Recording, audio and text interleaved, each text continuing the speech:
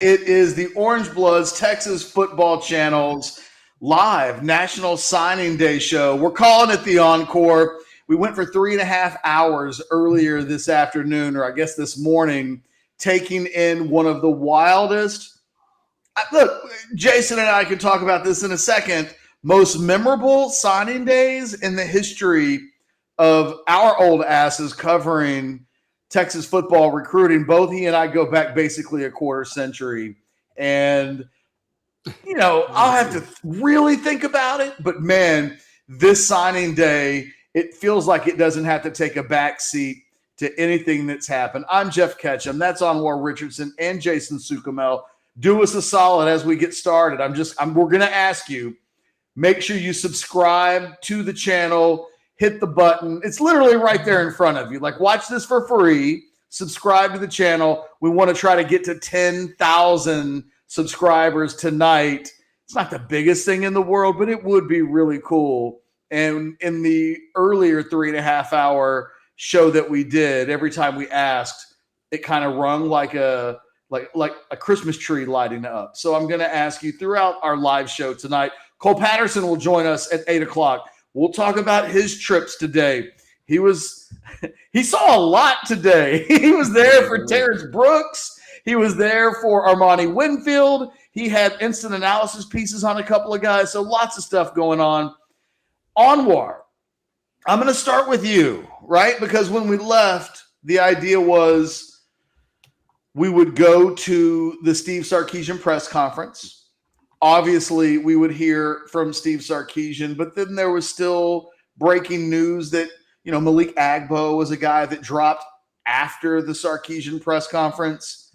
Now that it's nighttime and we're doing a nighttime version of this signing day show, what sticks out? Like, what is the main takeaway? Was there something that Sark said? And we can certainly dive into the press conference and kind of some of the main points there. But I'm just big picture, your head is where after today? Well, I mean, it's still on the success of today, right? And it's still on what they were able to do. There's still you know, coming off of like a 5-win season. I try to ask Sarkisian, like, what exactly were they selling to these guys? What exactly was the vision that he was selling to them? He didn't really give me the answer to that. He kind of talked about the attributes of guys that they were looking for more so than the selling points. But it was clear that there was huge selling points that they were able to reach. And I mean, you've got a staff right now, Catch, that is extremely happy, that is strutting around like a peacock. I had one person, probably about a good hour or so, call me. And it was almost like the Shaq doing the rap about Kobe. Tell me how my ass tastes.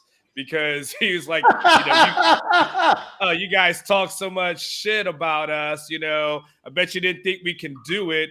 I know you said you didn't think we would have a top 5 class, blah, blah, blah. I was like, hey, man, to the victor goes to spoils, man. I'm not even hating on you. Congratulations. You guys did the damn thing. So not so much what Sarkisian said. It wasn't like too many things that he said that were outside of the norm of signing day press conferences. Most signing day press conferences are kind of parades or home run struts. And as he started off by saying, there's never been a coach that has ever come and said they had a bad signing day. The same way with a draft, right? You've never had a coach after 3 days in an NFL draft say, "Man, we really missed on a whole lot of guys."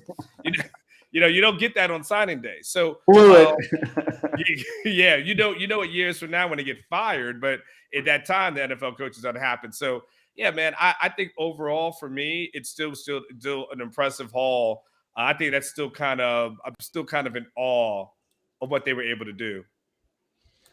Jason, same 30,000 feet up question for you. Now that all of today's had, I'm exhausted. I know you have to be. It's been a day. It started early.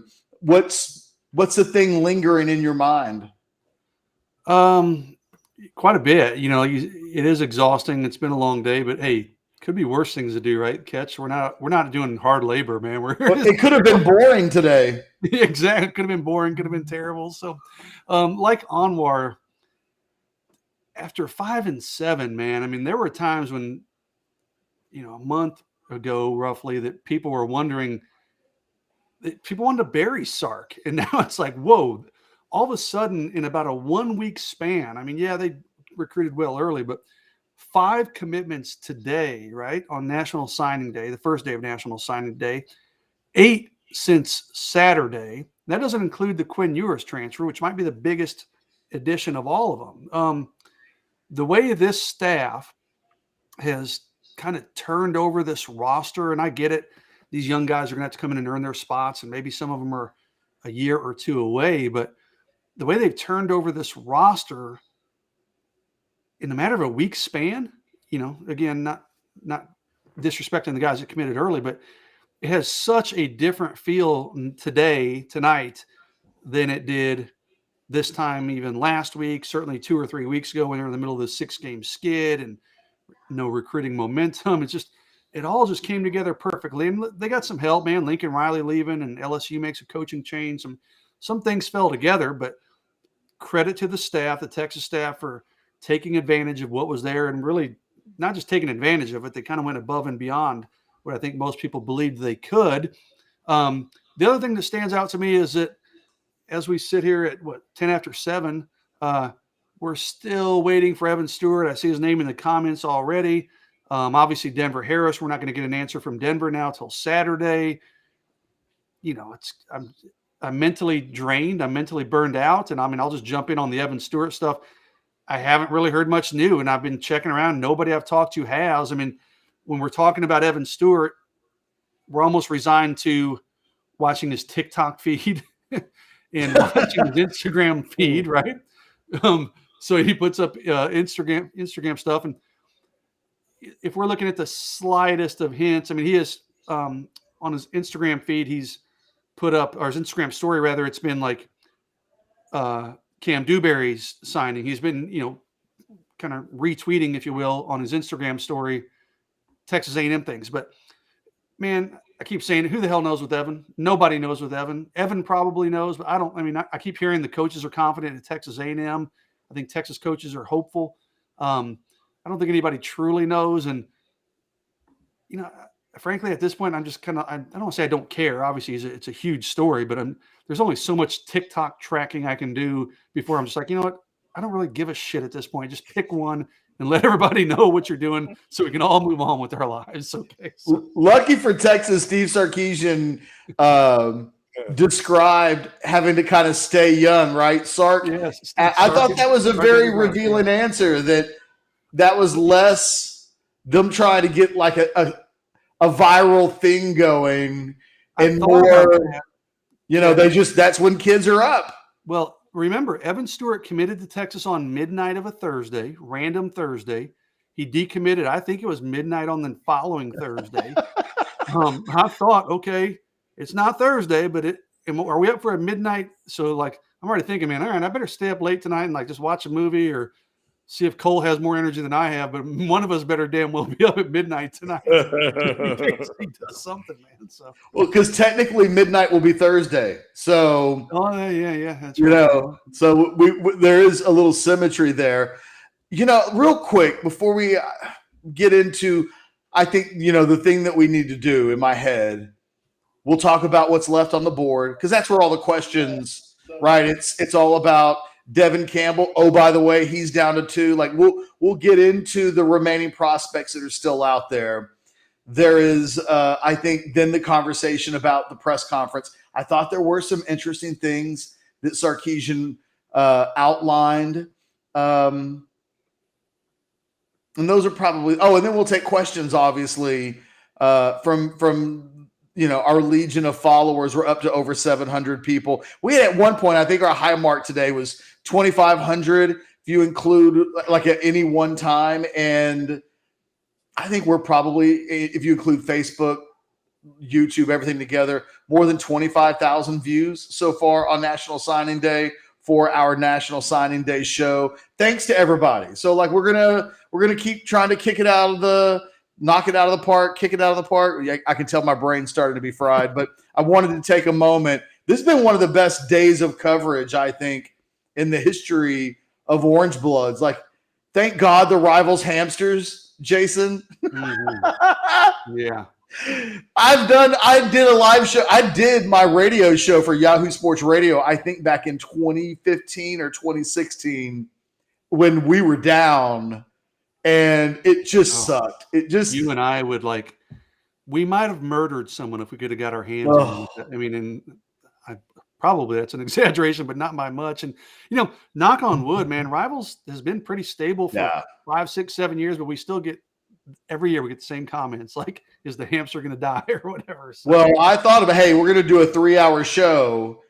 Boy, it's ballsy. On one hand, if the network had crashed, we could have said, hey, we got you covered. Come listen to us live. But the chat, instead of like, this was awesome, great job, guys, it would be like, I shouldn't pay my $9.95 a month to not be able to get on the way. Like, we've done that before. It was nice that wasn't a problem. Never even crossed my mind today. Yeah. But it's been nice that today went as smooth as it went. Real quick shout out to Michael Rockman, our producer behind the scenes. We had a lot of guests earlier today in part 1 of this. If you missed any of that, go check it out. But Michael Rockman, Blake Skaggs, Ari helping on the social media side and really making sure everything was running smoothly. It was a real team. Serenity, making sure that we were able to get some of our athletes on. It was really a cool thing. And thanks for all of you participating in it. Jason, start with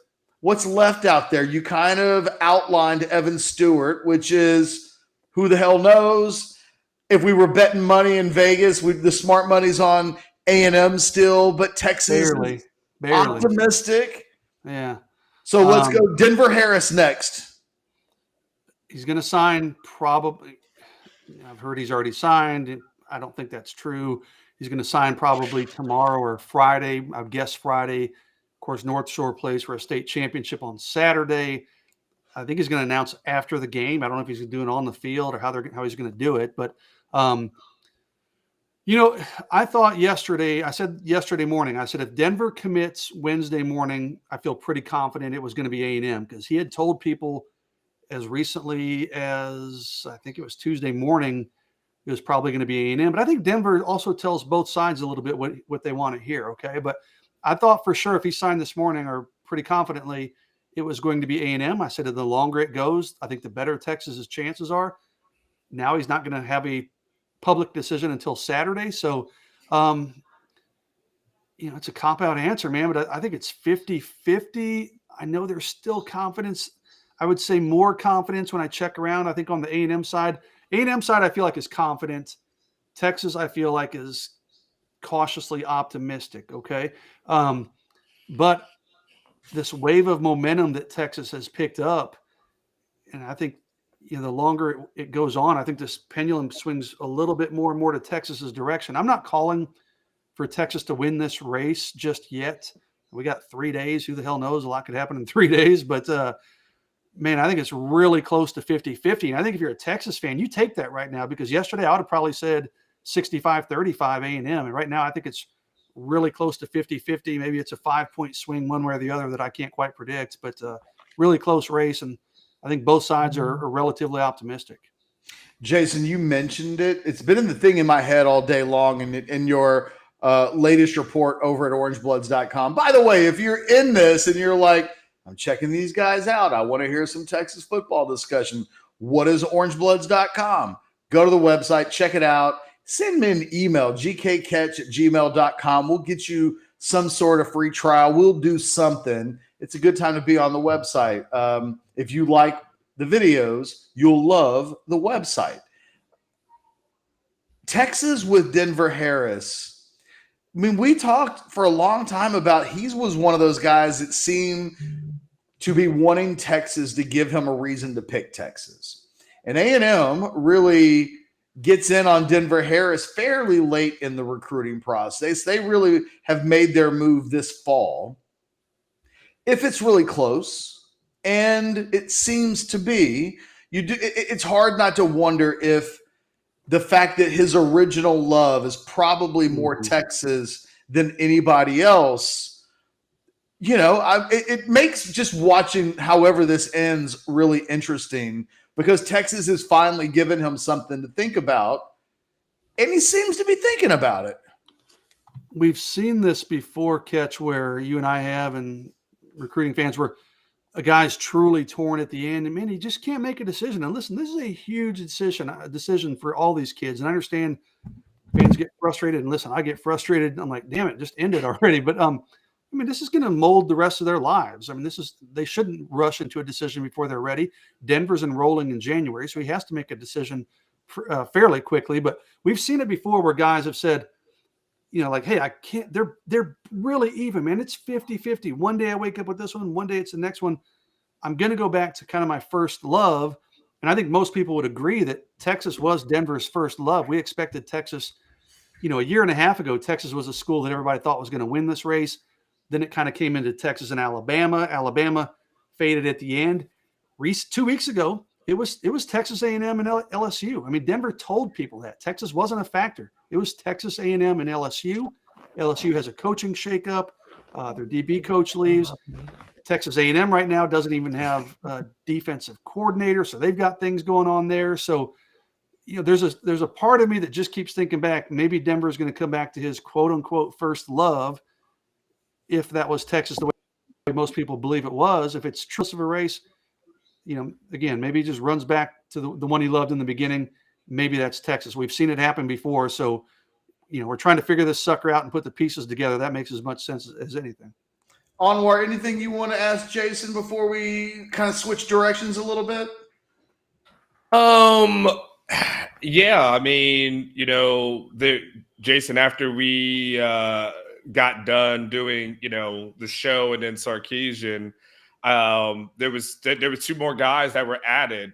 I'm just kind of curious what you can give us your breakdown on Savion Red might be, and of course Agbo.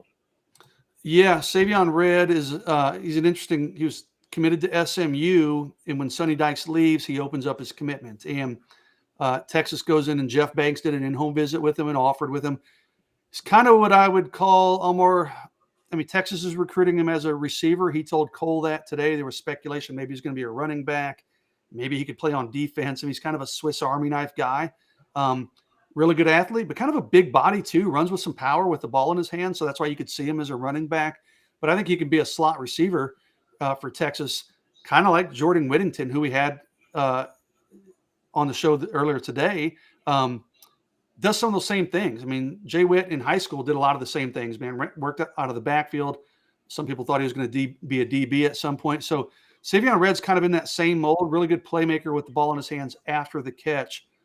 He's going to come in as a receiver for Texas. Malik Agbo. Actually, hold on, Jason. According to Cole's story, he says running back. No, well, Cole wrote running back, but then when he talked to Savion said, no, it's going to be receiver, because you probably should have categorized him as an athlete, to be honest with you, because it's kind of gone back and forth. Like, okay, is it going to be running back? Change. He goes, the Longhorns are recruiting a versatile Red to play running back on the 40 acres. So that's where. Well, that was Cole wrote that before he talked to him. We had that commit story in the camp, but when he talked to him, Savion's like, "No, I'm being recruited as a receiver." But Malik Agbo is the big offensive lineman from Seattle, and I say big. He's 6'6", 320 pounds. I really like Malik Agbo as a player. I think his upside is tremendous. We talked about this as a staff. I don't know that he comes in maybe ready to play right off the bat, like maybe a guy, some of these other guys that we've talked about, Devon Campbell, Kelvin Banks, maybe. Malik plays in Seattle, and I'm sure there's good football in Seattle, but it's not Texas 6A football. Okay, he's not hadn't faced that kind of competition. Probably he's a little bit raw, but I tell you what I like about Malik. He's got the size, obviously. He's a really good athlete. Where I first saw and met Malik Agbo was at the Las Vegas Pylon 7-on-7 tournament. There's a bunch of little dudes, man. You're talking guys who are 5'9", 160 pounds out there running around. In comes Malik Agbo, and he's running tight end routes, dude, and he's catching touchdowns, man. At 6'6", 330 pounds. So the big fella can move. He's pretty agile. I think it's a really good pickup. It's a really deep offensive line class. He's going to have to fight to earn his his way into that two deep. Probably not a guy you're going to see competing, I think, right off the bat. But I think in terms of long-term upside, when Kyle Flood gets his hands on him, I think he's got a lot of potential. Could be a really good player for Texas. Real quick, let's just take a few questions so that we can be interactive, and then we'll get into the Steve Sarkisian press conference and some of the things that were out there. This one kind of interests me. Nick Zamora asked over and under on 6.5 NFL players in this recruiting class. That's actually a really good question. I mean, if we include Quinn Ewers in this recruiting class, which I think we should, and I'm curious, I wonder what it would look like in the Rivals rankings if a Quinn Ewers, I get it, he's the class of 2021. I guess he would have got to count towards the Ohio State class. I wonder what it did to their 2021 rankings. I never looked. But if he's included in this class, and it really depends on who they end up with. But, yeah, I would – if this thing's going to work out, if that number's right on the money. So if Texas gets 6 or 7, the key is to not get 6 or 7 in this class and then follow it up with a 1 or a 2 in the 2023 class. Texas has had good recruiting. You can go look at that 2015 class that Charlie Strong put together. There are NFL dudes that came off of that roster. This is just a puzzle piece. But yeah, if you do the math, if they get the number of 5 stars that they could potentially get, you take the high 3 stars. They hit on a few of the other 4 stars and 3 stars. They don't have to hit on all of them. If they can just hit the national average on those, you're probably looking at 6 to 8. And then if they can follow this up, you can really start to, I think, see a light at the end of the tunnel. A lot of real high-end pieces in this. Real quick, here's another one. They had a couple of very real NFL prospects still out there for them too. So yeah, they get Evan Stewart, they get Denver Harris. That certainly skews the numbers a little bit. But I was looking at the list as you kind of talked that out. The guys they have committed right now, if the class ended today, I'd probably go under. But that's a hell of a lot of projection to project NFL futures for these guys at this point, man. So, Mike Farrell told us, how would you, right? Like, Anwar, is it wrong to say that Mike Farrell believes that in 2 years from now, Quinn Ewers will be a first-round pick in the NFL draft? And if I'm not mistaken, he suggested the number 1 overall pick was absolutely in play. I tried to get him to back down a little bit on that. And Anwar, it felt like he kept doubling and tripling down. Like, he thinks that Quinn Ewers is going to be a monstrous success as just a talent. He, Jason, I want to see what you think. He compared it to Matthew Stafford multiple times as far as, the arm strength, talent. I mean, he basically viewed it as identical to Stafford, who, obviously becomes a first-round pick, number 1 to Detroit. So, but yes, he's definitely bullish on that, what his upside is, and everything that Quinn represents. You went Stafford, Jason. Is that something you would agree with? Yeah, I think we talked about this on the Modcast last week or 2 weeks ago, and that was a pretty good comparison, I think, that Catch or somebody else threw out there. I think so, in terms of pure arm talent and, being able to throw from different arm angles, anticipation, accuracy. Certainly with the accuracy, I'd almost give Quinn a little bit of an edge in athleticism and dual threat ability. Matt Stafford is a pure pocket passer if there ever was one. But yeah, I think that's a pretty favorable comparison. Now he's got to live up to those standards at the next level, like Stafford did at Georgia and even in the NFL. But if you're talking where they are at this stage of their careers, if we're saying basically Quinn's just coming out of high school for all intents and purposes, I think that's a real pretty fair assessment. I'm still going to sell the stat. Let me just tell you what the difference between the two, in my opinion. Even in high school, Matt Stafford, let's say he was throwing a ball 20 yards down the seam, that thing never had air underneath it.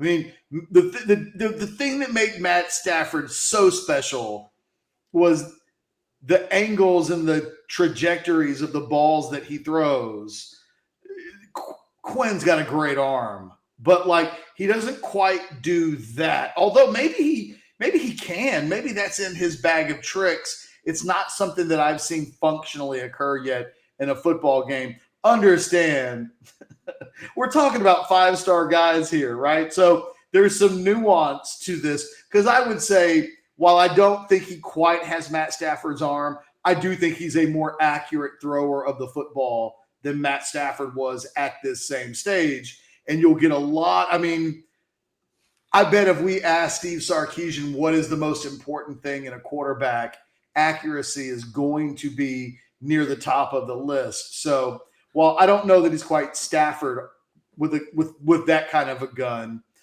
it's elite of the elite stuff that we're talking about. So I don't want to get lost in the minutia of these really fine details. Guys, just as a heads up, I think Ari Temkin is going to join us at some point. So we'll get a little bit of a national Big 12 perception. He was doing his stuff today. Just a heads up, he should be joining us shortly, according to our producer, Michael Rockman. Anwar, let's talk about Steve. Well, let's talk about Stan Drayton. We had the question up earlier. Let's just address that real quick. I'm looking for one of the Drayton questions that I can put back up there. But your thoughts on him getting the Temple gig? Does it do anything to the team? Is this how bad is this? Like, just your thoughts on Drayton. It kind of gets lost in the news cycle of the day, but he might be the nation's best running backs coach. He's incredibly important to what Texas has been able to do in the running back room. He's been tremendous as a recruiter lately. You know, I mean, they do it. That guy being replaced is no small thing. Yeah, and by the way, Michael, I see what you have on the screen. It's like expected to be the next Temple head coach. It's official at this point. Temple's already announced it. Stan has retweeted it. So it's a done deal, which, you know, we had over at Orange Bloods on that as well. It's a huge blow. You know, Stan Drayton is probably one of the most respected coaches in the country. I mean, just, you know, when you start thinking about, you know, when you hear things about coaches, the one thing you never hear is anyone say anything bad about Drayton. I mean, you just don't hear that. The guys who play for him co-sign on for him all the time. To this day, Ezekiel Elliott still co-signs on Stan Drayton, which you guys have been doing this long enough. A lot of times these players can't stand their coaches. And the moment they're done, they refuse to acknowledge those guys ever again.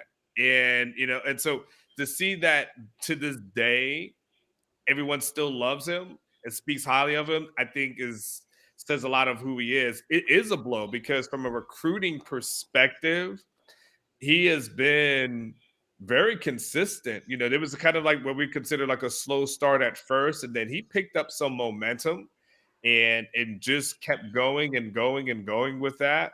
So, you know, Stan's been good. He's been a good for the team, for the camaraderie on the team. So I would say it's a huge blow. I don't think you could just walk out and say you'll find another Stan Drayton. You won't. That's just not going to happen. You'll find maybe another good coach, but you won't necessarily find someone of the quality that Drayton is. So it's a blow to Sarkisian's staff, I would definitely say. Now, it's a great opportunity for him. Like, I mean, Stan has been grinding for years, and sometimes these position coaches, they get pigeonholed, and that's just what you are. You're a running backs coach, you're a receivers coach, and these people do that, you know, and for 30 years or so. So for him to finally get that opportunity, I think it's a well-deserved one. So props to him, and props for him to putting in that work and being able to get the opportunity. But it's still a blow for Texas for sure, from a coaching standpoint and a recruiting standpoint. I don't remember that this year during the off week, we had some pictures on Orange Bloods when Ezekiel Elliott came and visited Stan Drayton in the running backs room. And there was a picture of this hug that Elliott was giving Stan Drayton. I mean, lifting his feet off the ground hug in this as grins on their faces. I mean, it was two guys that genuinely care and love each other. And I've talked to people who have been recruited by Stan Drayton. I've talked to people who've worked alongside of him. I'm not kidding, man. People get emotional almost talking about what kind of influence he has on them. I mean, he is that well regarded. So it's a loss. It's a big loss. And I don't know Stan Drayton, hardly at all, but he's a guy you want to see succeed. It's a big loss, but I think it's a replaceable loss. I kind of feel the same way. I think, Ketch, you might agree with me here. Running back and receiver coaches, I'm not saying they're dime a dozen at all, but you can find guys who can come in and coach up that position and be ace recruiters. Stan's done a really good job. I still don't know that I'd call him an ace recruiter. You can find guys that maybe they don't have the strength that Stan Drayton has in terms of relating with their players and that type of thing. Stan's probably as good as anybody I've heard, but you can find someone who maybe can come into that position, be an ace recruiter, not just at the running back position. I mean, Stan's was a really good running back recruiting coach. Sometimes you can find guys at that position who can maybe help you in Houston with wide receivers or tight ends or even offensive linemen, be a running back coach and maybe help recruit other positions. So I'll be curious to see what direction Sark goes with this. Does he try to find a hired gun recruiter in that position, or does he try to find a guy more like Drayton who has a lot of skins on the wall, developing talent, really a team first guy? Yeah, I think there's two different ways you can go with this, and I think you can be successful either way. Real quick, before we go any further, we've got over 1,000 people watching us live right now. I wanted to ask, because we want to try to get to 10,000 tonight. You're watching the video, you're listening to the video, you're getting some good Longhorn information. Stop what you're doing. If you haven't subscribed to the channel, give us a subscription right now. Just click the button. Click the button. We've got the Modcast tomorrow. We have potentially the biggest and most exciting offseason in recent memory with regards to where this program goes from here. So, with so many people watching the show live right now, just wanted to say, go ahead, give us a subscription to the channel, and we will absolutely appreciate it. I will say this about Drayton before we move on to something else. I think the thing that it's funny because Jason, I was wondering, Texas could go in a couple different directions there. You could try to go get samples, bring him. I mean, you know what I mean? If you really wanted to make a big impact and get a guy that's going to make an impact in Dallas, Brandon Harris is an interesting guy. Would you ever want, at some point he's going to get elevated.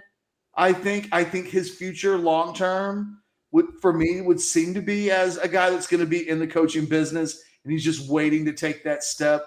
What makes replacing Drayton so difficult is I think those guys would do great as recruiters. And it's yeah, but they haven't coached Heisman winners yet. Or, they don't have an Ezekiel Elliott on their resume as a coach. I'm not saying that running back coaching is the most difficult thing in the world, but you knew with Drayton that you were in really good place, both places, that he's a really solid recruiter, capable of going and getting a Bijan Robinson from out of state. But you also knew that he would have the coaching element of the position down on lock. I'm curious. I think they go get a recruiter, but you don't automatically replace. They may actually improve from a recruiting standpoint, but maybe you give something up in the other direction. He's a difficult guy to replace. There's a reason why he's a head coach now and being elevated, because he's a guy that was really talented. And, I'm curious, do you have a pick? If I put you on the spot, what's your gut tell you the type of direction they go in? I think it's more recruiting related. And some of that depends on, do they have changes at other positions on the staff potentially too? So, I mean, I think they've, as great a job as they've done recruiting. I don't want to sit here and nitpick a staff that just got the number 4 class in the country, but a lot of things did kind of have to come together. It wasn't a perfect storm, but a lot of things came together for Texas to get to this type of recruiting class. I still think they could do for another guy with ties in the state. a guy who just can go into Houston and Dallas and just help shut it down, especially with the way A&M's recruiting, obviously Oklahoma, LSU, the competition's stiff. So I think they would be fine if they went more of a recruiting first direction, but that's for Sark to say, and you got to put your faith in him to make the right call there. So Anwar, press conference, Sarkisian today. Didn't think there were a ton of clearly it's not like we jumped right into talking about his comments and we're 38 minutes into the show.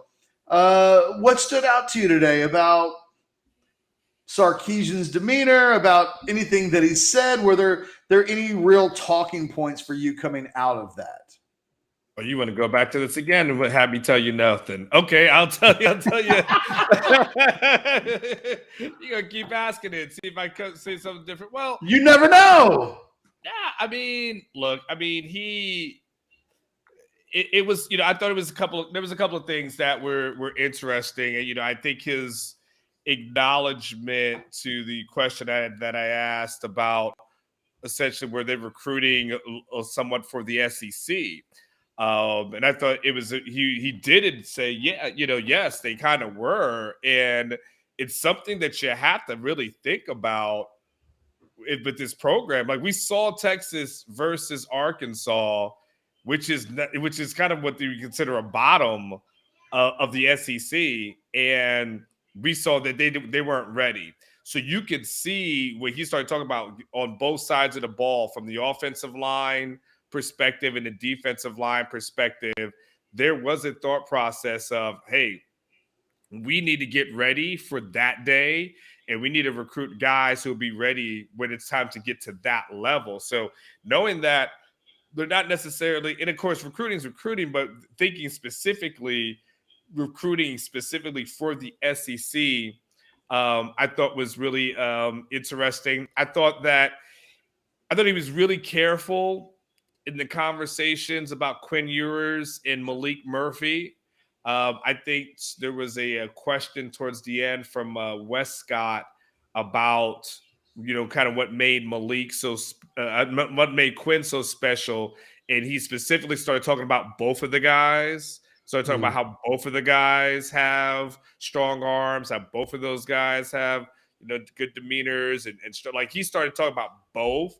So I think he was very careful in treading lightly on the, Quinn is, the everything and not overlooking Malik. And he even did note about Malik's dedication and being, committed for a long period of time. So, I thought that was good. And, the other thing too, I thought was very interesting. It was kind of a relatable moment.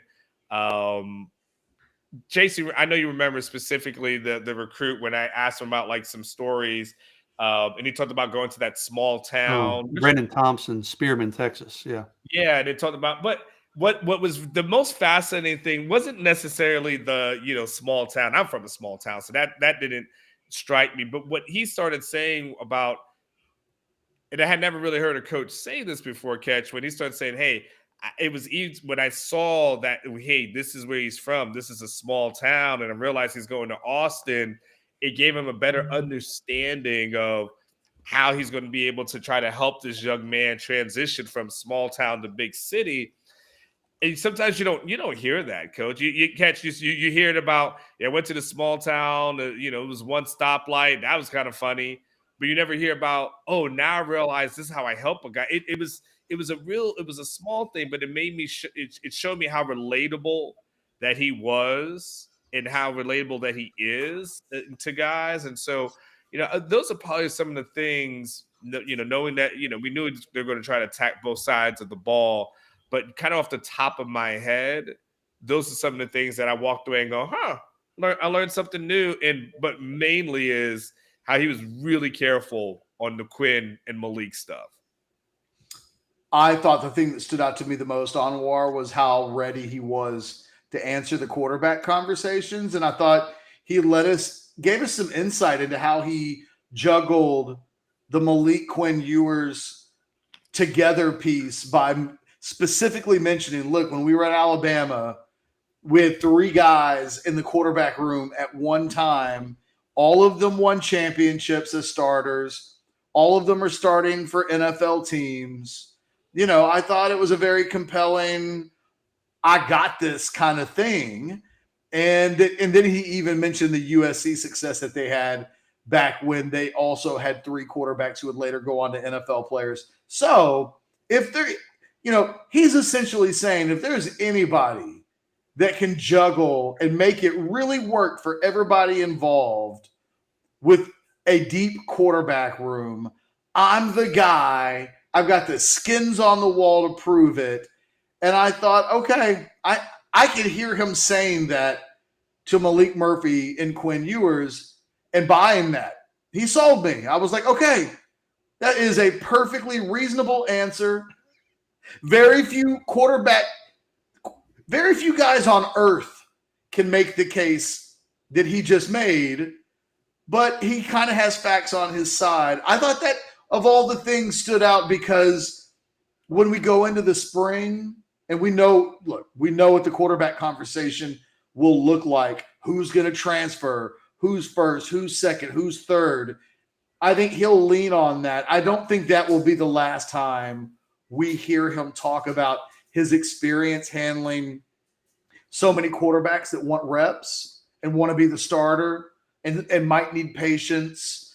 I think that I bet by the time we get to April and May, we'll have heard the theme of that pop up again. And again, it's a really compelling case. Kudos to him for being ready to tell that story, because I thought, as someone who wonders how he approaches this, he clearly has a plan from the success that he's had before. Sorry. Yeah, I would definitely totally agree to that point, Catch, right? I mean, and again, when you're able to tell, whether it's us, quarterbacks in that room, Mac Jones, Tua, Jalen Hurts, and all these aren't, this isn't saying Carson Palmer, right? When people are like, who? How long ago was that? Carson Palmer? No, you're talking about current guys, who are doing well in the NFL. And you're able to say, listen, if you follow the plan, you could be a Mac Jones and blow up in a year and still be good. You could be, Tua, have a couple of years, still be good. You could be Jalen, do okay, transfer somewhere else to be. I mean, you look at it, you're like, all right, 100%. And what it gives you the confidence in is whoever he ends up saying who's going to be the starter. If he goes young, whether it's Quinn or Malik, you're like, all right, well, you look at the Tua example. If he goes older and stays, and then you're like, well, look at Mac Jones. Like you can see it, and you say, all right, what the one thing when it comes to that position, you're like, all right, I'll trust you on that one. We'll just have to see what you do. Jason Carey asks, who's the most underrated recruit in this class, in your opinion? That's a good question. I got two that come to mind. Honestly, the kid who just signed or committed today, Ethan Burke, would be one, just because we haven't heard much about him. I mean, he's the guy that's burst onto the scenes, committed to Michigan a week ago and flips to Texas. 6'7", we've talked about it earlier, lacrosse player. I watch his lacrosse film. I'm a lacrosse dad, so I watch his lacrosse film, and I'm like, man, this kid's a damn good lacrosse player and really athletic at 6'7". I like his upside. He's going to have to add some weight, add some strength, keep his athleticism to get to that upside. I'll tell you another guy I like that I think's been overlooked a little bit, and it's understandable with the offensive line recruiting, and he's been committed a long time. I think Cole Hutson's a really, really good football player. He's got a nasty streak to him. His dad was a professional baseball player. I think he played college football too, I believe. So there's some athletic bloodlines there. You remember, Zach Swanson's another guy. His dad played college football and got a sniff in the NFL. But I think Cole Hudson would be a guy that don't overlook Cole Hudson. Everybody gets so hung up on Kelvin Banks and NATO and Devon Campbell, if Texas can reel him in, and Malik Agbo, I think we talked about earlier. But I think Cole Hudson, a couple of years from now, might wind up being one of the best of this bunch as he has some more time to develop. I think I might go. There's a couple of guys, Jason, to answer that. I think Cameron Williams for me is a little underrated nationally. Like for me, and Alex and I really love his upside. He comes from a winning program. He's a big guy, so I understand if someone says he's too close to 400 pounds for me to love him. I get that. Man, he's good. He's a big dude. Like, I'm not comparing him to Leonard Davis, but Leonard Davis was just a large man. And sometimes you just got to let a big man be big. And I wonder what they do with him, but he fits the mold of what they want in the future of Kyle Flood wants a 370-pound man leaning on people in the future of this offensive line. Another guy, and he turned out to be more known for being a great recruiter. I think his talent is somewhat being slept on. I think Derek Brown from Texarkana, Texas High, he's a guy that I've got ranked as a mid 4-star, very kind of a borderline mid 4-star, low 4-star guy. He kind of has got hit with the 3-star label for a lot of people in recruiting rankings. I think Derek Brown's got a chance, especially with the needs that Texas has. He's got a chance to be a player that's a 2- and 3-year starting level contributor. Those would be the two guys that, from my rankings, that jump out as being a little bit underrated. Anwar, I know you were watching the film. I was going to ask. Brown would be the guy I actually would have gone with, Catch, because a little, it was like undersized. You look at the film, you're like, who's the skinny guy that's out there? Like, what is going on? And then, but what you see is a guy that just makes plays, right? I mean, you see a guy that utilizes all that lean muscle that he has, with that quick footwork that he has, the long frame, and he makes plays. And so you look at it, it's all right. Clearly, you have to get in the weight room and get a little bit stronger to be on this level. But when he does, and when he does add the weight, oh yeah, like Derek Brown looks like that dude to me. I mean, I everything about him, especially the way he finishes, I'm definitely high on Derek Brown. Anwar, all that huddle viewing in the last 24 hours set you up for that question right there. The one. You had your guy. You knew who you were ready to go with. Yes. It all paid. That's why you do it. That's why you put in the long hours. I love it. Jason, there's actually, real quick, either one of you can take this. Let me find this question. Somebody wanted to ask about the early enrollees. Freddie had that question. I know that it was on the signing day sheet that the school put out that, oh, by the way, the pronunciation of NATO's name is completely different than the one that we were using. I'll have to. I haven't seen that. I need to look that up. Now you piqued my interest now. So. All right, I'll find that as I look for it. Anwar, do you have the sheet that the SID office handed out that had the guys that were the early enrollees? Hold on. Yes. All right. I've got it. I'm gonna try to see if I can send it to both of you in real time. I'm gonna send it during Slack. Okay. Hold on. Let's check. I'm gonna send it in the general message. Okay, guys. Okay. Damn you. Hold on. Is the star okay? I think I found it. Catch. Okay, I've got it. Omar, you just got it. Take your time, dude. B.J. Allen, Jeray Bledsoe, the defensive lineman out of Marlin, B.J. Allen, the safety out of Aledo, Xavier Bryce, the guy they just flipped from Oklahoma today, defensive back, Terrence Brooks, defensive back they just flipped today from Ohio State, Aaron Bryant, and this is a guy Texas I know is really excited about. So Aaron Bryant is a defensive lineman out of Mississippi. He'll be an early enrollee. They've got Quinn Ewers on this shirt. He'll be there in January. Justice Finkley, we had him on today, the defensive lineman out of Alabama. Cole Hudson, guy I just mentioned. Malik Murphy, quarterback out of California. And that's it for the early enrollees. I didn't count them as I was rattling them off. But that's 9. 9? Okay. So there you go, Freddie. 9 guys. Ooh, we were way off on NATO's name. Yeah. So say it out loud from the pronunciation guide. You Mu is emphasize Umuzalo. Umuzalo. Yeah. I'll never get that right. Umazalo. So NATO Umazalo.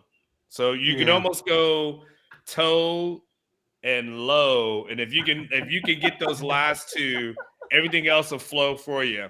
NATO, which NATO? I think what's funny is we asked his coaches. I asked two of his coaches, and they sent it out phonetically, and it looked nothing like that. And one coach even said to me, "I don't know. I have to go ask him." I shit you not. And he went and asked him, and came back and still gave me the wrong pronunciation. Is that how you win at recruiting, Catch? If you're the coach that pronounces it the right way, you get a head up on someone else. Because could you imagine the poor coach, the college coach that's asking the high school coach how to pronounce it and then telling him the wrong thing? And so every time you talk to NATO, he's like, man, this guy doesn't even know how to pronounce my name, All right, guys, joining us right now, our first guest. You know him from the Orange Bloods YouTube channel. You know him from Orange Bloods. You know him from longtime radio shows, Dallas Cowboys coverage, his Big 12 Sirius XM radio show. Ari Temkin, ladies and gentlemen, joining us. Ari, welcome. We're having a party. We're just having a good time. I'm just glad you didn't make me pronounce NATO's last name. And there will be a pop quiz later. Although I think Juan had a pretty good I don't know if he's true, if Juan knows how to pronounce it, but he seemed pretty convinced that he did. So, well, everybody seems to know how to say it. I don't even know that I trust the SID office. Yeah. If I'm being completely honest at this point. Just NATO. He's like Madonna. Yes. He just needs one name. Drake. Madonna, your impression of today. I'll just give you the microphone for a second. Give us an idea as you watch today unfold, both on a Texas level, a Big 12 level, the state of Texas nationally. What did you leave today with in your brain? Yeah, no, and on my show this morning, as all this stuff was playing out, we had a few, sort of the national guys on, and everybody echoed the same sentiment that Texas is the story nationally. I think most things for the most part went true to form. There were a few surprises, but the Texas stole the show. And when you consider, I remember watching videos of you guys a month ago talking pretty negatively, rightfully so, about this class. And there's a couple of things I think that happened that really changed the fortunes of this class and allowed for it to be, where is it now? Top 5 at this point. Mm-hmm. And 4. That is, obviously the NIL stuff clearly, but I don't know that stuff matters as much, if not for the other thing, which is just the craziness of the coaching carousel. And if Brian Kelly doesn't leave Notre Dame to go to LSU, if Lincoln Riley doesn't leave Oklahoma to go to USC, if Mario Cristobal doesn't leave Oregon to go to Miami, obviously Kelvin Banks and Cam Williams were huge. So it was those two guys, because of Cristobal leaving, and obviously because of the Pancake Club, all of a sudden they become two linchpins for this thing. And obviously I think they were all there together on what was it, last Saturday with Quinn. So it's you've got Ewers, you've got Xavier, and you've got Bijan Robinson all there. And so it's it just worked out so perfectly. And so it was just this combination of factors of the NIL stuff in conjunction with the craziness of the coaching carousel that kind of allowed for all of the decommitments and Texas to get back in on a lot of these kids. And the other thing too is just keep recruiting, keep recruiting. You never know when those relationships are gonna pull through. And obviously they pulled through in a big way for Texas. It's the big thing, guys, is how good they are up front with this class, because when you project into the future of where this team is going, these guys that are committing today on the defensive and offensive fronts of this football team are going to be the core and in their primes when this team's ready to go to the SEC, it would have been very, very bad had they not picked up some of these kids along the offensive and defensive lines, and they go to the SEC with some of these some of these Big 12 offensive and defensive linemen they've had, they'd be in big trouble. And to me, that's the thing that stands out more than anything. Anybody got anything for Ari? Well, I mean, Ari, I mean, no. Well, it was, kind of thrown in, but Ari, I mean, what was the national buzz, today as relates to, Texas? Because there still was a Quinn Ewers, situation where even though he's not 2022 class, he comes in as a transfer. And the other thing really, Ari, and I'm kind of curious from a national perspective, how often have you seen a team that finishes 5-7, doesn't go to a bowl game, turn around a few weeks later and finishes with a top 5 class? It doesn't happen. I mean, and think about this too, guys. Like, if Quinn Ewers was the number 1 player in the 2022 class, so this is a top 5 class without even taking into account Quinn Ewers and what he would have meant to this class. So, I mean, we're looking at the potential for what would have been the number 1 class in the country, considering how big of a player Ewers was in that 2022 class. But, look, I think when you look at the kid who flipped from Florida State to Jackson State, Hunter, the big story from him, and even Pete Thamel of Yahoo tweeted, that this has NIL fingerprints all over it. Like, the big story tomorrow is going to be just the role that name, image, and likeness played in terms of these commitments and recruits, and look, I think the kid from Kentucky, I heard from some people who's from Southern Indiana, and I heard from some people that he was going to flip to A&M. And, that there was an announcement today out of Kentucky that there's a new NIL deal that they're partnering with in some capacity that, all of a sudden now that kid ended up going back to Kentucky after he was up in Frisco at to make his announcement. And his announcement was that there was no announcement, and that it was a crazy day for that kid. I forget his name. Keontae Goodwin, I think. Yeah, Goodwin. Yeah. And I had no idea how to pronounce his first name. What was it? I think it's Keontae, I believe. Right? Okay. It was just spelled like a U and a Y. It was very yeah. But I mean, so he goes up there. He was like the first kid to go up there at like 7:30 this morning. He's like, I'm declaring that I have no declaration to make, basically. It looked really bad. And then like an hour and a half later, he commits to Kentucky. I'd heard he was flipped to Texas A&M last night. And, it's one of those things where it was like all of a sudden the NIL deal with Kentucky, and now he starts to think about those relationships he had. So I just think the immediate impact of name, image, and likeness on the sport, I'm happy it's here. It should be here. It's been coming for a long time. It's justified. And, for Texas, again, I think they were looking at a 5-7 class, Anwar. They were looking at a 5-7 class. And, we were talking here on the page a ton about, they're on the list for a lot of these 4 and 5 stars, but they're just not finishing. And that was, I mean, it's crazy to look back at some of the videos you guys recorded thinking like Sark's not finishing this. And then really the coaching changes, I think, spurred everything. And then when you have that door open just a little bit with the coaching changes, all of a sudden now, when you start to look at some of the advantages of being in Austin, of the immediate NIL opportunities, it just made all the sense in the world. And look, I mean, we've seen with Texas a lot of good classes. Now Sark's got to prove his ability to develop these kids, because that's the thing that's been missing for the last decade, right? I mean, this team has not struggled to recruit in the last decade. That's not been the problem. The problem has been in the development of those recruits. And so that's going to be the big thing now for Sark moving forward, is the ability to develop these kids so that, that they're ready, especially up front on both sides of the football. I thought on the NIL front, I thought another thing that stood out was, Brian Davis of the Statesman rightfully and fairly asks Sarkisian about the NIL program. And, guys are getting paid. Like, you're starting to hear more and more. It's kind of funny, though, how it's like it's almost still taboo. But I thought Sark gave a fair answer. But it's funny because it's still like, I didn't believe that he didn't know it was coming. When Sark was like, let me agree with you. So do you? Are we really led to believe that like Sarkisian was like on his phone when they were, whoa, Pancake Club? What is this? Right. Wait. Let me click the link to this article and read more about this. Like, I'm not quite sure that's how it worked. Okay. Right. But you know what they did is, and I thought what was, his default was, well, this is doing some charity. So these guys are earning money and they're doing some good in the world.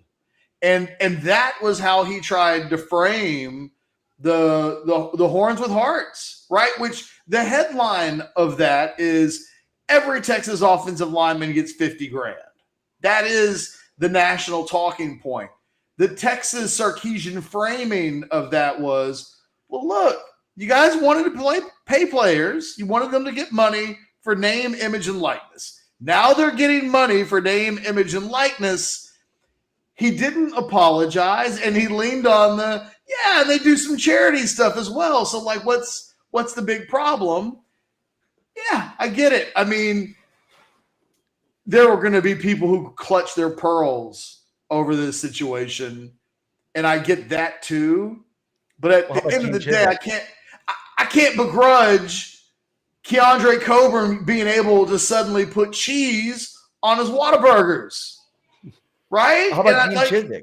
You see Gene Chizik's tweet about it, where he's talking about, it's like one of the responses that was so perfect. It's like, hey, these guys would have to play for 60 years to make the money that you made to not coach at Auburn. Like, what are we talking about here? Like the money that people that tend to be pro-capitalism suddenly become pro-socialism when it comes to college athletics. Right? Like, I've been a firm believer for a long time in the idea of name, image, likeness, because I thought it wasn't that difficult. Like, in any other area of our society, we can use our abilities to leverage that for monetary gains. If you want to start a band in high school and make money as the band, I mean, any other area of our society, if you want to be a filmmaker, if you want to make whatever you want to do, look at with YouTube now, you've got YouTubers that are 7, 8, 10, 11 years old that are starting YouTube pages and making money. Like, so if you have a skill set and you can leverage that for monetary gains, you should be able to do that. For some reason, that was always a problem in football. And so now it's not. And it's on the one hand, people are going to complain about the Jackson State thing and the Deion Sanders. And it's like, but you were mad that Georgia got all the recruits and Alabama got all the recruits.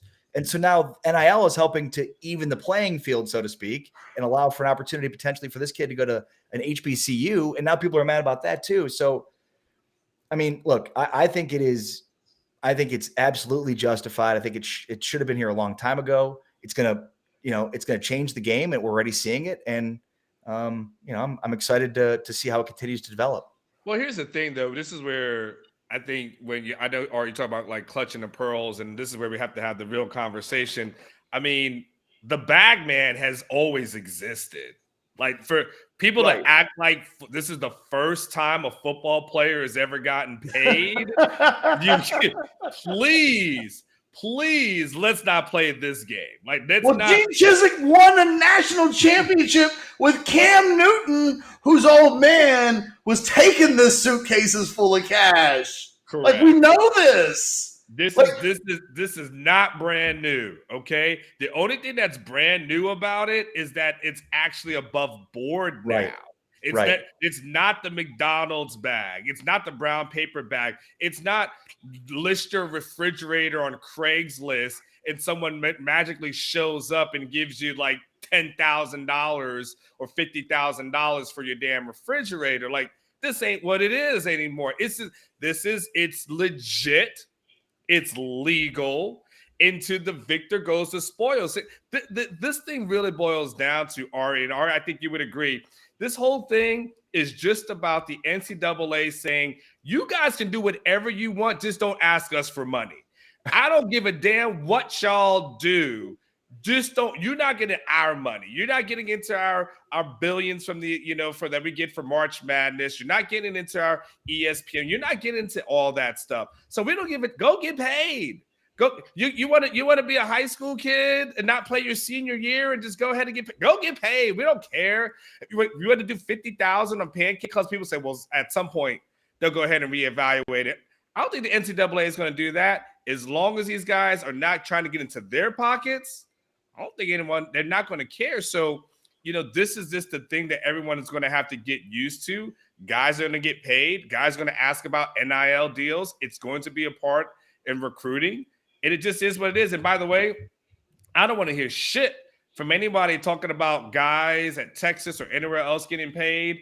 If you're not complaining about Lincoln Riley getting paid over $100 million, getting a house paid for, having private jets, and are you complaining about that? Are you complaining about Mario Cristobal, how much he's getting paid? Are you complaining about Brian Kelly getting paid $100 million? So unless you're going to complain about all of that, man, I don't want to hear it. Let those guys get that, because you damn sure ain't complaining about a man bringing home $100 million off of free labor. Miss me with that bullshit, please. Well said. And look, the drunk uncle coming out say, man, that at 8 o'clock at night. Well, I haven't had a drink yet. Imagine when I go in the second, I'm going to go pour, and then it's going to get real drunk. You're exactly right. Let me just say one thing on that, Anwar. I want to see Anwar do a YouTube show with like one of his little kids after he's poured a few drinks, and I want to subscribe to that channel. By the way, Ari, we're 248 subscribers away from 10,000. Beg for us. Like, tell the people what they need to do. Ketchum said he's going to fire the entire staff of Orange Bloods if we don't get to 10,000 overnight. Please. Texting all my friends right now. So hit that damn like button. I mean, no look, pressure. at the end of the day, if you want to continue to see these live streams, if you want to continue to see NIL players on our channel, like you saw Jordan Whittington today, like Keandre Coburn, he's awesome. I mean, if you want to see, we got to get an NIL deal with Quinn Ewers. We got to get an NIL deal with Justice Finkley. He was amazing. A neurosurgeon. You kidding me? So yeah, I don't think we can afford Quinn, though. I'm just going to be honest with you. We definitely can't afford Quinn. Catch is like, I already talked to him, and I think who else we got? We got Charles Wright money, okay? Like that's what we got. That's the shit that we can do. We got some Charles Wright money, but we ain't got Quinn Ewers money. I can tell you that much. The other thing I want to add about the NIL stuff real quick is I love too that it's forcing universities to like teach money management and paying taxes on the money and investing. Like, you look at the amount of NFL players that go broke because so much of this starts at the college level where they don't have any sort of financial literacy. And so I think like what we're seeing too at many universities are programs to help kids understand how to market themselves, basic things that none of us really knew in college, but that when you get to the NFL, or if you're making this kind of money in college, because a lot of these guys don't get to the NFL, but to understand the financial literacy side of things, especially when you're talking about big time money, that's the thing that these universities have never taught these kids. And they need to. I mean, you've heard these horror stories about NFL players and pissing away their money. Imagine if you're 18 years old, right? They need guidance, and I hope they do provide that for them.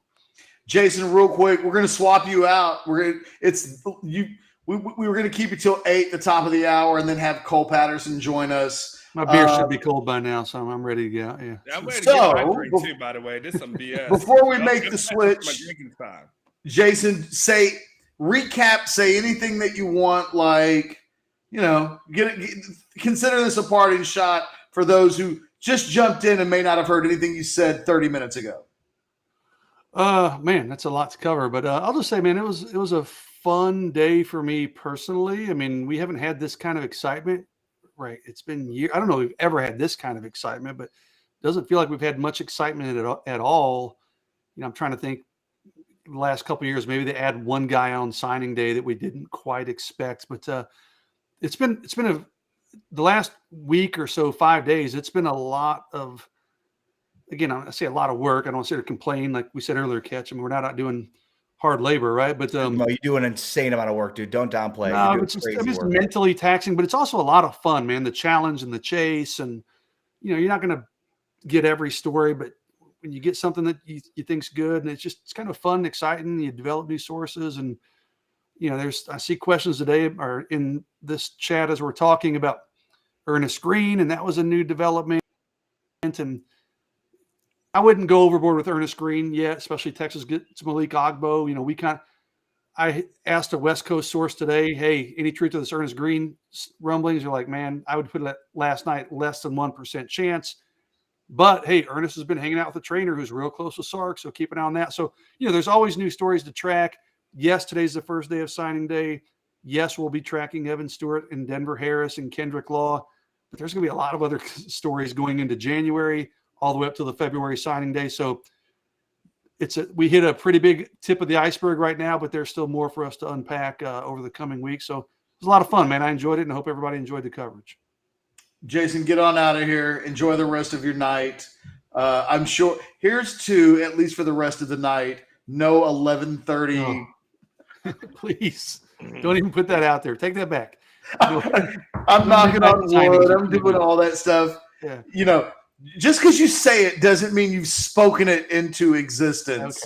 Okay. So go get some rest. Tomorrow we'll get here soon enough. Jason Sukumal, orangebloods.com, leaving us here on our live encore edition. What's that? Yeah. Great work, Sukumal. Fantastic work, dude. Hey, Yes. Appreciate it. I will see y'all on our modcast in the morning, correct? Yep. All right, see you The then. work never stops. Get on out of here. And joining us, we're just going to flip them out. One goes out, one goes in. Speaking of guys that had busy days, he was on the road. He saw Texas win a little. He saw Texas lose a little. Cole Patterson of orangebloods.com joining us here on the Orange Bloods National Signing Day show.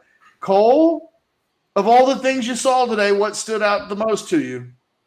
Yeah, I would definitely say Terrence Brooks. You know, early in the morning, that was a huge win for Texas. You know, there was some smoke around that recruitment, maybe Texas flipping him from Ohio State, getting that big addition to the class. But until you actually see it, it's kind of hard to predict those kind of flips just because, you know, Ohio State, you know, they're battling to keep him in the class. You don't know what's going on, you know, on that end of things. But, you know, Texas getting that kind of player. You know, I went back and watched y'all's morning stream, and you know, y'all were calling him, you know, a 5-star kind of prospect, and that's definitely what he is. He can play all over the secondary, and I think Texas getting him in the bow is huge. I think, you know, that was the biggest addition of the day, and really set the tone for the rest of the day for Texas. About Terrence Brooks, you know, I don't know that enough can be made. We talk about one of the things that happens today is Texas in the last couple of days has weirdly put Ohio State back in its place a little bit. You know, like Ohio State had a little backhand to the mouth from Texas coming for the last 4 or 5 years of Ohio State just raiding Texas. Yeah. So this is a big statement piece for Texas with Ohio State that says, leave our dudes alone. And at the same time, this guy's dad is a legend at Texas A&M. You know, Chet Brooks coins the Wrecking Crew nickname, and that this is a kid with a profile of a guy who presumably was taught to dislike Texas as a young child because of who his old man is. He commits to Ohio State. This thing ends with an elite player with that profile picking Texas. For me, speaks a lot to what this coaching staff would have been doing behind the scenes. That's a big sales job, and I'm curious in your conversation with Brooks after the event today. What did he say that has him that made him a Longhorn officially today? Yeah, like you said, Texas kind of flipping the switch on Ohio State now. Obviously, Quinn Ewers, Terrence Brooks today. It seems pretty likely they'll get Ryan Watts as well out of the Ohio State secondary. And yet, just talking to Brooks after the ceremony, he has a really good relationship with Terry Joseph, first and foremost. I think that really, you know, gave the Longhorns a chance in his recruitment. But he's also just talking about, you know, the chance of staying home and playing for Texas, not needing to go out of state. He believes that he could win at Texas. He wants to play with players like, you know, Quinn Ewers and players like that. He mentioned Quinn in particular. You know, those kind of players want to play together. And I think that, you know, Texas is doing a really good job. Steve Sarkisian's staff's doing a great job of selling these guys and staying in in state and making an impact, kind of changing the culture around here. And I think he's the kind of guy that can help, turn the tide in the state. Cole, you first of all, props to you. You've been doing a great job. Thank you. You've been thrown into the fire. So I mean, Yeah. you talk about that baptismal by fire. So I want to tell you that I've been reading all your stuff. You've been doing great. You had something on Orange Bloods this evening. Obviously, you've been going nonstop all day long, but talk to the people a little bit, Cole, because for those who aren't on Orange Bloods, and make sure you email Catch because Catch has got some deals for you guys. Christmas is coming up, so whether you're going to have something for yourself or maybe treat somebody else, a gift of Orange Bloods would be great for a Longhorn fan. But you wrote something about Texas flipping 3 guys today. Yeah. And traditionally, and Catch can attest to this, usually it's people flipping from Texas somewhere else. Yeah. Usually go to big names. It's usually not in the reverse. So tell us a little bit about the 3 guys that flipped and your impressions of that. Yeah, the first guy is Xavier Bryce out of Arlington. He was an Oklahoma commit, I guess, in July, and previous to that, he was a Kansas commit. So he's kind of seen his recruitment and his stock, soar over the course of the last few months, and he had a pretty good senior season. His teammate Jamel Johnson is actually, committed to Texas in that 2023 class. He's, a top 200 player in that class, and Xavier, he's a little bit under the radar, I would say, compared to his teammate Jamel. He's a 3-star prospect. He's not a Rivals 250 guy, but he can play all over the secondary. Again, I was watching y'all's live stream earlier in the day, and Catch made a good point. His film may not be all there together right now, but he has the body type and the frame that you could really see the Texas staff, building and molding into what they want. He played quarterback. He played, some running back, wide receiver. He was all over the secondary. He's a long, lanky guy that I think is one of those developmental guys. He might not play year 1, might not play much year 2, but down the road, I think he's a guy that can make a big impact in the secondary. He can, play some safety. He can play some corner in a pinch if he needs to, and I think that's what Texas needs.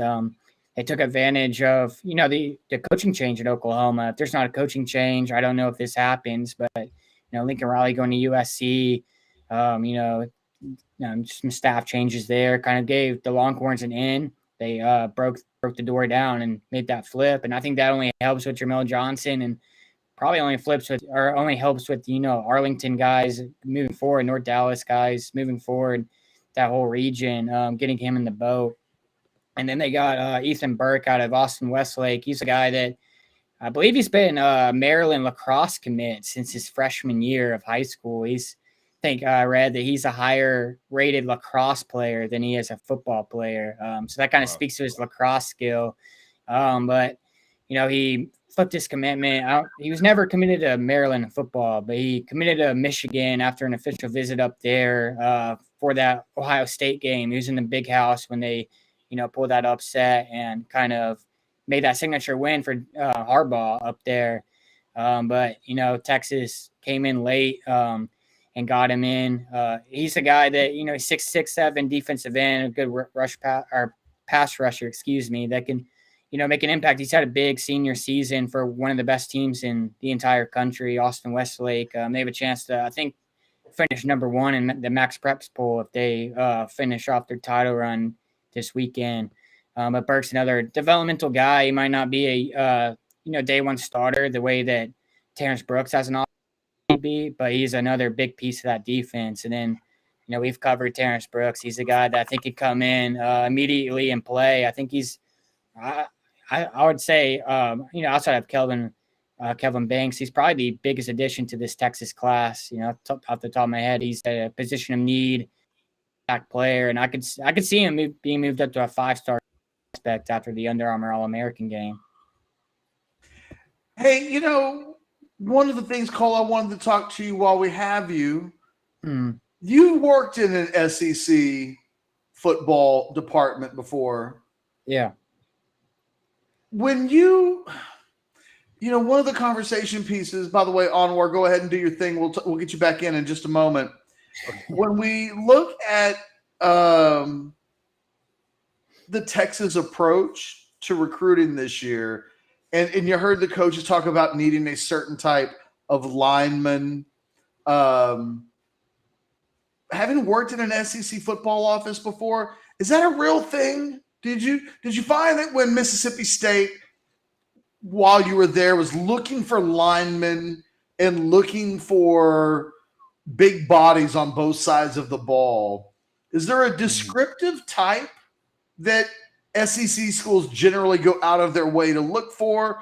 Are those players just more readily found in the SEC, so it doesn't even have to be talked about because they're just there? Like, I'm curious from your perspective, did you think Texas followed an SEC blueprint, or was this a little bit of luck of the draw because this is who was available? I don't know. All of that, like, I'm just curious your perception of this kind of discussion. Yeah, I worked at Mississippi State, which, it's not Alabama, it's not LSU, Georgia. They're not the upper echelon of the SEC, but even at Mississippi State, we were looking for those guys that can play in the trenches. Mississippi State was able to get Jeffrey Simmons, a 5-star defensive tackle. They got Charles Cross, a 5-star offensive tackle, who's going to be a top 10 pick this year. I think to answer your question about, if they're looking for certain players or if it's, readily available, I think it's both. Mississippi has a long history of defensive line talent. Jeffrey Simmons, Fletcher Cox, Chris Jones. Those are 3 guys to sign in the last decade. So I think getting a guy for Texas, getting a guy like Aaron Bryant out of Mississippi can be a pretty big steal. Getting him away from those SEC teams. Mississippi State tried to make a push. Ole Miss tried to bring him in on an official visit, but Texas is able to win out in that recruitment, which I think can prove to be pretty big.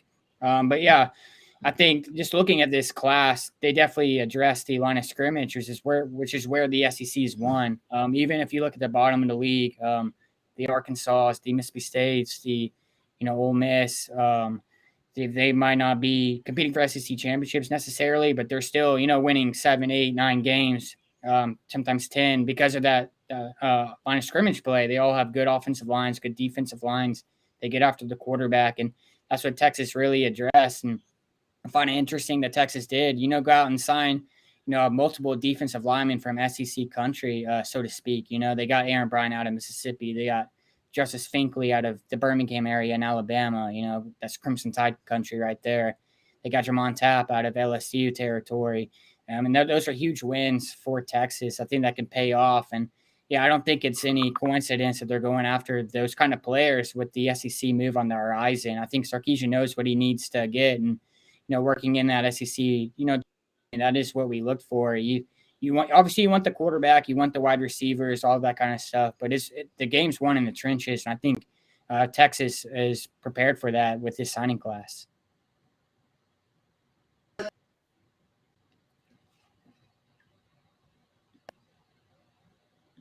Recruits in the class. I guess we'll start there. For you, most underrated guys in this class? Well, that's a good question. I kind of like 2 of the guys that signed today, actually. Just off the top of my head, I do like Xavier Bryce, and I like Savion Red. Savion Red's a guy that can, he's not the highest rated guy. I kind of wonder where he's going to fit in the offense, but if they can find a role for him, I think he can have a pretty good impact on this offense and Steve Sarkisian's scheme. He plays some quarterback, wide receiver, running back, even some defense at Grand Prairie. And he's a guy, if you just get the ball in his hands, he's going to make some plays.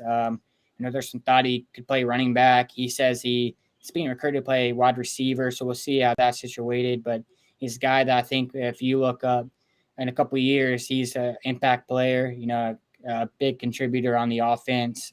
Xavier Bryce, one of those versatile, defense backs we talked about. And I just keep going back to Aaron Bryant. Maybe it's because I worked at Mississippi State. Maybe I just know the state of Mississippi really well. But I think if you pull a defensive lineman out of Mississippi, and Aaron Bryant has good film, it's not like he's just, some random guy. But I think he's a guy that can make a big impact on Texas's roster. He's a 3-star prospect, but he had a good senior season at South Haven High School. Like I said, Mississippi State, Alabama, Georgia was another school that offered him. Ole Miss tried to get in the mix. He's not a guy that is highly recruited. He's not a 5-star. He's not even as highly rated as Justice Finkley or some of those other defensive linemen. But he's a guy that I really like and will keep my eye on as his career progresses at Texas. So Cole, as the new guy kind of on the block, Ketch can attest and tell you that whenever you make predictions, you get people really, really excited because they know one or two things are going to happen. Either you're going to be right and they'll ignore it for the rest of their lives, or you're going to be wrong and they will remember it for the rest of their lives. And you put in a crystal ball for Devin Campbell recently, which I thought to myself, whoa, okay, young buck, you are really, you have no clue what you just did there. I am curious about what made you so confident to put a crystal ball in for Texas for that guy. Yeah, funny story. I went and talked to Devin. I've kind of gone out to Arlington Bowie a couple times this year to talk to him one-on-one. Talk to his coach, talk to some sources around there. And funny story, I was actually going to put my crystal ball, my future cast in for Campbell, following my conversation with him in November. That was the same week that Texas was playing Kansas. So, he was visiting that weekend.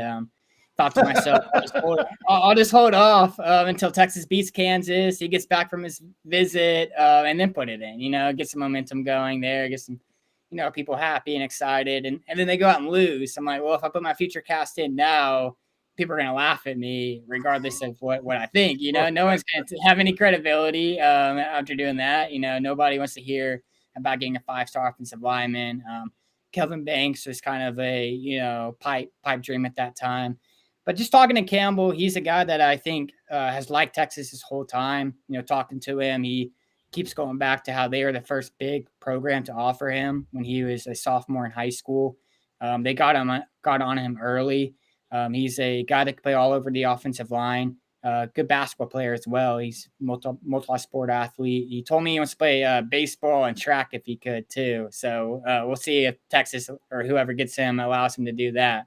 But he loves Kyle Flood. He was able to take a visit, like I said, that Kansas weekend, and he didn't really care about the result on the field as much as, he got to spend some time with Flood in the film room. Flood is a guy obviously come from Alabama who has some credibility with these guys, with these recruits. And Campbell said Flood kind of sat him down, told him what he needs to work on, not in a, critiquing way, like a negative way, just in a way, hey, I can help you get better at this. I can help you get better at that. And that kind of resonated with Campbell. And he's always liked Austin. He's always liked being, around the players. And I think that connection, that relationship with Flood is going to pay off. He told me that he, talked to some former players coached by Flood, at Alabama, at some other stops, and they all had great things to say about Flood. So yeah, I kind of went out on a limb, I guess you'd say.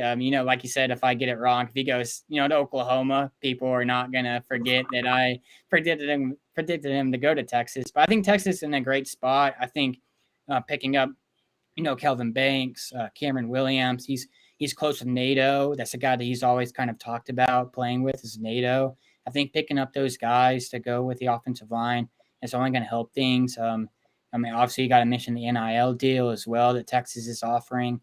I don't think Oklahoma is something you can, look over. But I think Texas is in a great spot. I think he's just looking for a reason to go to Texas. And at this point, I don't blame him for waiting until February. Let's let him have his moment. But I do think the Longhorns are going to win out when it's all said and done. Cole, I thought today's news from Devin that he's down to 2 and that it's Texas and Oklahoma, I thought that was a great sign for Texas. And I don't mean to diminish Oklahoma because we know that Bedenbaugh is one of the better offensive line coaches in the country. Sure. He's a recruiting machine. But I think that Oklahoma's been weakened with the loss of Lincoln Riley. It's not exactly the same thing that he thought he would have been signing up for a month ago. I'm feeling pretty comfortable with my Devin Campbell Texas future cast right now. Had it been USC, had suddenly, I don't know.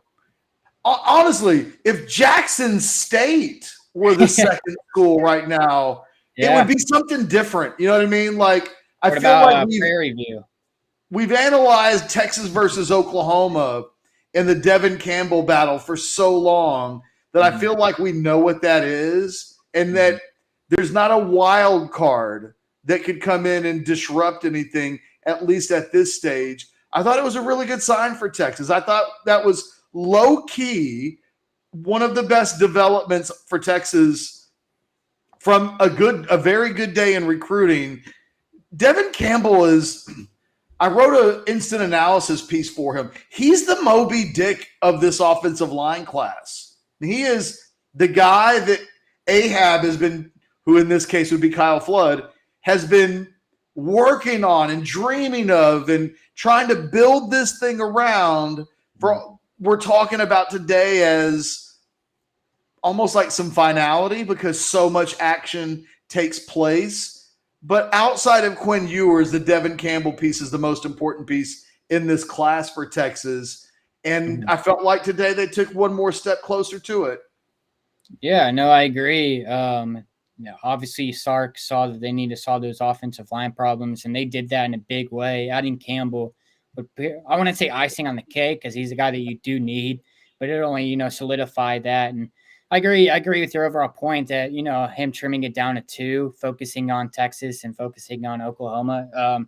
It's certainly not bad news for Texas by any means. Like you said, if he threw USC out there, he loves LA. He loves going out there. He loves Lincoln Riley. So that they could be a threat if he included them. Alabama was another team lurking around, so you can never count on Nick Saban in those recruitments. But yeah, I think he has a good relationship with Benemaw from Oklahoma. So that's definitely something worth keeping an eye on. But I do like where Texas stands. And like you said, he's a piece that you build around, and he's a franchise kind of offensive lineman that would, kind of change the program. Anwar, any final questions for Cole before we let him go off into the wilderness of sleep time or anything else that he needs to do tonight? Yeah, I would just ask you, Cole, who, if you have to say, okay, Cole, this is your guy from the class going forward, and Ketch and I will do this at some point, and you got to say, all right, if we did a draft, and we're like, this is your guy going forward, who would be your guy? Oof. It's a good question. I'm always a sucker for, skill players, slot guys, things like that. Those are usually my guys. So I do like Savion Red if I were to pick a guy like that. But I keep going back to Aaron Bryant, man. Like I said, I don't know if it's the Mississippi connection or whatever it is, but I just think he's going to be a stud on that defensive line. I think people are overlooking him. He's kind of getting lost in the shuffle. They signed 7 defensive linemen. They signed 6 offensive linemen. So he's kind of getting lost in that shuffle of, players on the line of scrimmage to the sign. But he's a guy that, could be a force on that defensive tackle. Bo Davis really likes him. He's a player that has a lot of upside, in my opinion. I think I'm rolling with Aaron Bryant. I think he's going to be a dude. You do love those Mississippi guys.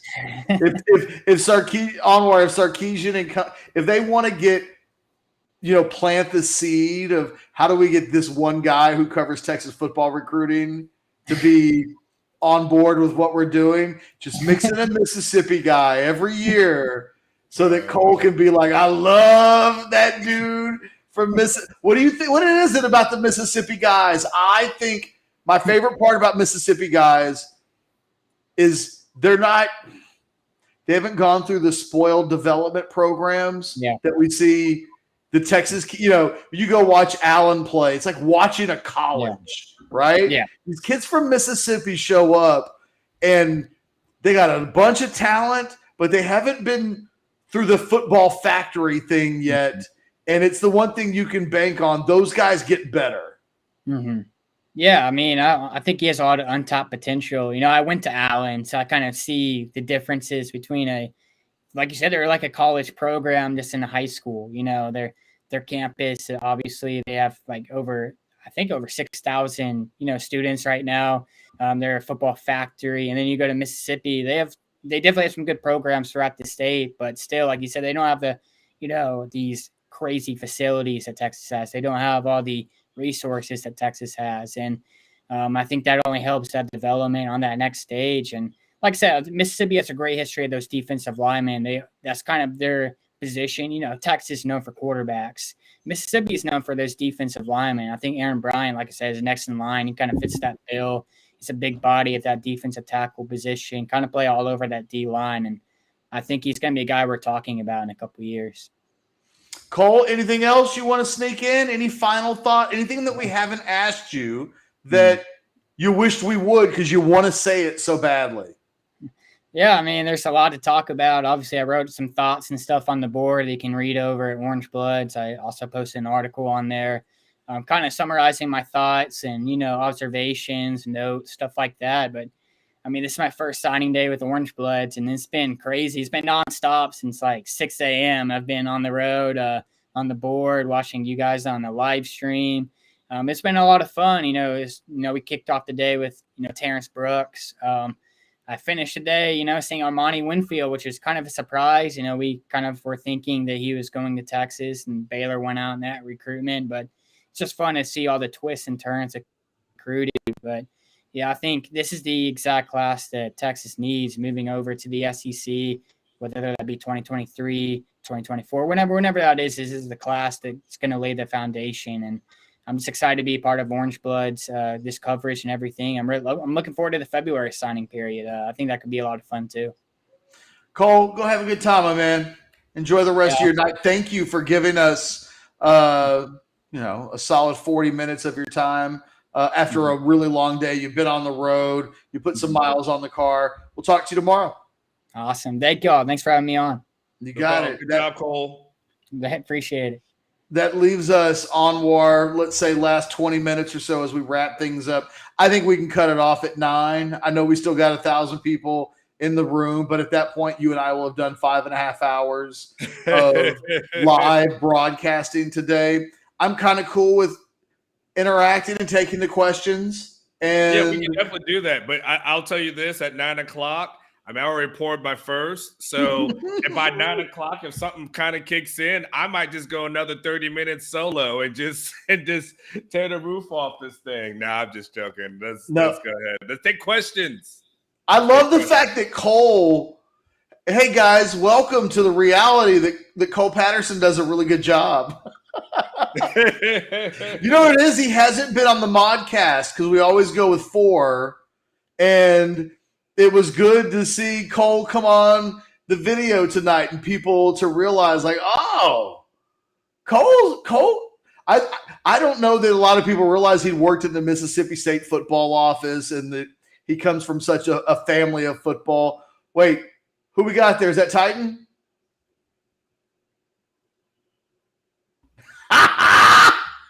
Say hello. Go fast. Hurry up. Come on in and say hello. What's up, boys? Say what's up. There we go.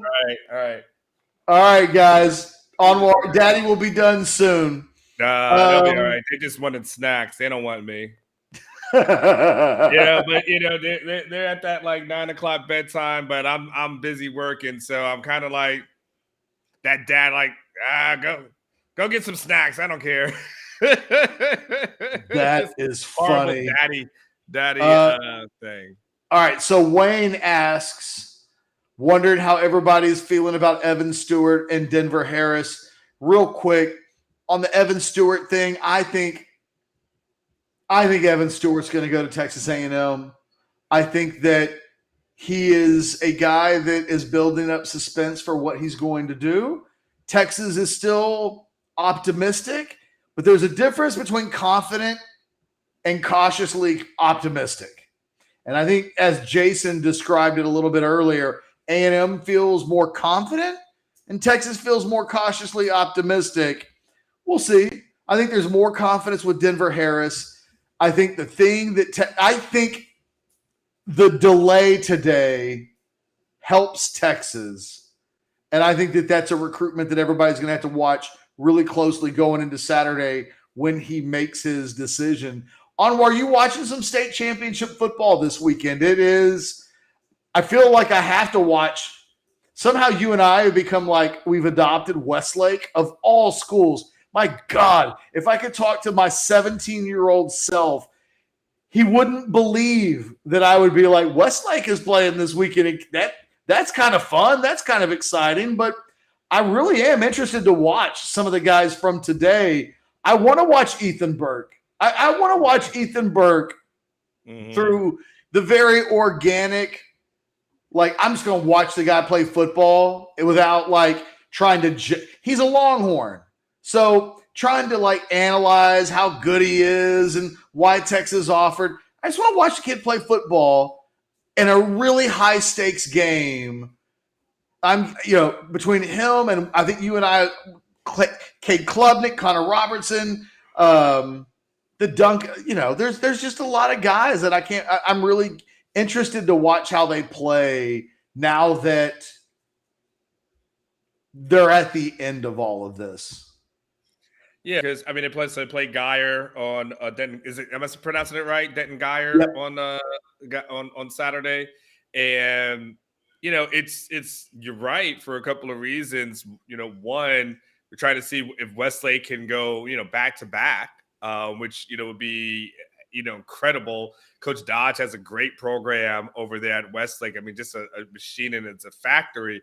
And the thing is, I said this earlier, Catch, but the thing I like about guys like they're going to get from Westlake, I just love guys who come from winning programs.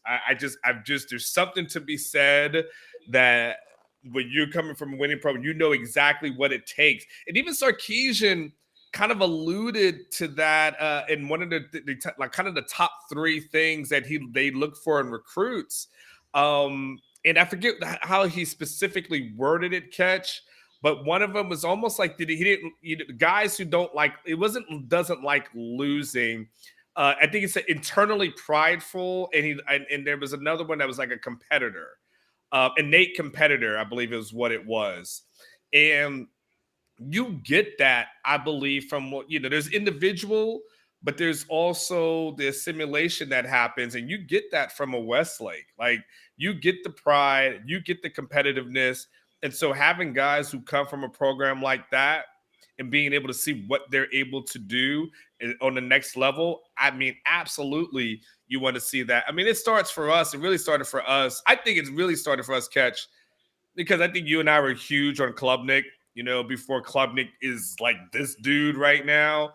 You were the first person when you put out your recruiting rankings, the Lone Star recruiting rankings, like if you aren't on Orange Bloods, feel free to get on orangebloods.com. Look at the main menu, and you'll see go to the football, tab, and look for LSR. LSR stands for Lone Star Recruiting. That's what Catch does.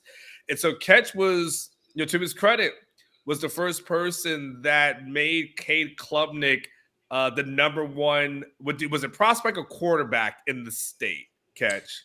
I think I had him number one player in the state. Yeah. And that was obviously the time when Quinn was everybody else's number one in the state. You went against the grain with that prediction. And there were some people who gave you some shit over that. And they were because they thought I was going against the grain for going against the grain, as opposed to, you can disagree with me, but man, Klubnik is awesome. And yes. Over the last 12 months, everybody's kind of caught up on if we leave Quinn Ewers out of it and we just focus on Cade Klubnik, he's pretty awesome. Correct. So I think it started for us like in our, let's follow Westlake. And it had to do with that for me is because I saw Klubnik before he was a freshman in high school. When my friends has a son who plays quarterback, locally. And so I went to a Todd Dodge camp and got to see Klubnik, and I got to ask, about him. And because he looked that good. So I'm excited to watch what these future Texas players are going to do in a state championship game and just kind of monitor them. We know, obviously, that Malik Murphy just won a state title. So I like it. I just something to be said about guys who win on the high school level. I mean, those guys usually take a lot more pride in it than guys who are just kind of going through the motions. So like you, definitely excited to feel it, feeling it. I'm definitely feeling it. Wayne's asking, what are you guys feeling with Kendrick Law? Does Texas even have a shot? Man, I don't want to say that Texas doesn't have a shot. Everybody that we've been talking about, though, with Kendrick Law has been talking about him with Alabama now and LSU. And I don't know, I think Texas finishes as a bridesmaid in the Kendrick Law recruitment. And look, that's not a horrible I think everybody's got to reprogram their brain a little bit on what it means to finish second and third in a recruitment these days. With the emergence of the portal, look at Ryan Watts. It's a perfect example. That kid goes to Ohio State. He goes there and plays a couple of years of football. When he leaves, it mattered to have the relationship there. And I think that one of the things with Kendrick Law that would be interesting, look, that guy may very well go to an Alabama, blow it up, have a great career. You never look back. However, if for any reasons he's a little slow out of the gate, I think you would look and say that Texas would be one of the schools that he might look at. And it's a new age in college football. We're finishing as the bridesmaid. It stings. It stings. Nobody likes to lose. But we're already seeing it with the Brockermeyer brothers, Anwar. Like, they went to Alabama for 1 year, and there's already this sense of like, they'll come home to Texas. And I think a part of that is, just like with Quinn Ewers, there's a thought that put yourself into a position that when they leave, and Sark even talked, it was one of the things that Sark mentioned today, like, don't be a jerk. Like, nobody lost their temper. Nobody went onto social media and said anything that would have got them in trouble. They kept their head down. They just kept chipping away.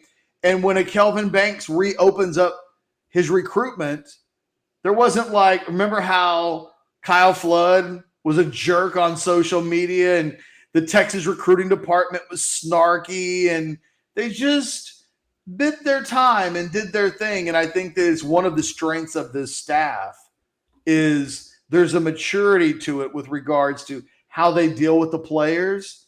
Kind of goes back to even during the summer when we would talk to Keandre Coburn or DeMarvion Overshone, and they would say there's a level of respect that they give us to be responsible men that we kind of appreciate. I think that works well in recruiting too. That's like their thing. Yeah, no, absolutely. All right, what's the next question? What is the next question? Let's take some questions. What does Texas need from the portal?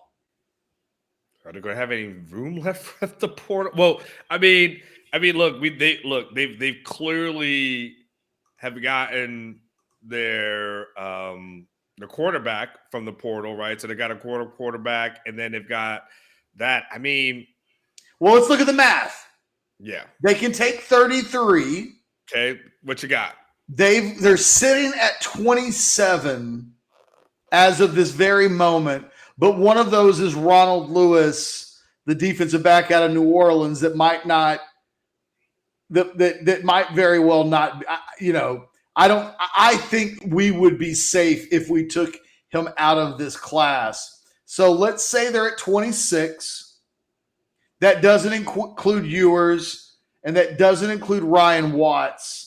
So that gets them at 28, assuming that Watts is going to transfer from Ohio State to Texas, which I think is going to happen.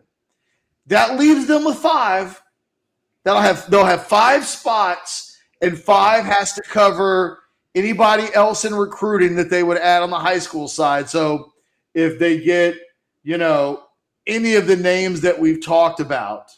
And, it might very well be that when it's all said and done, the player on the high school side of things that they have the best shot for might be a guy inside the state top 10 that we haven't even mentioned much on the show, but Amario Bohr announcing today that he's going to announce his decision on January 2nd and take a little bit more time.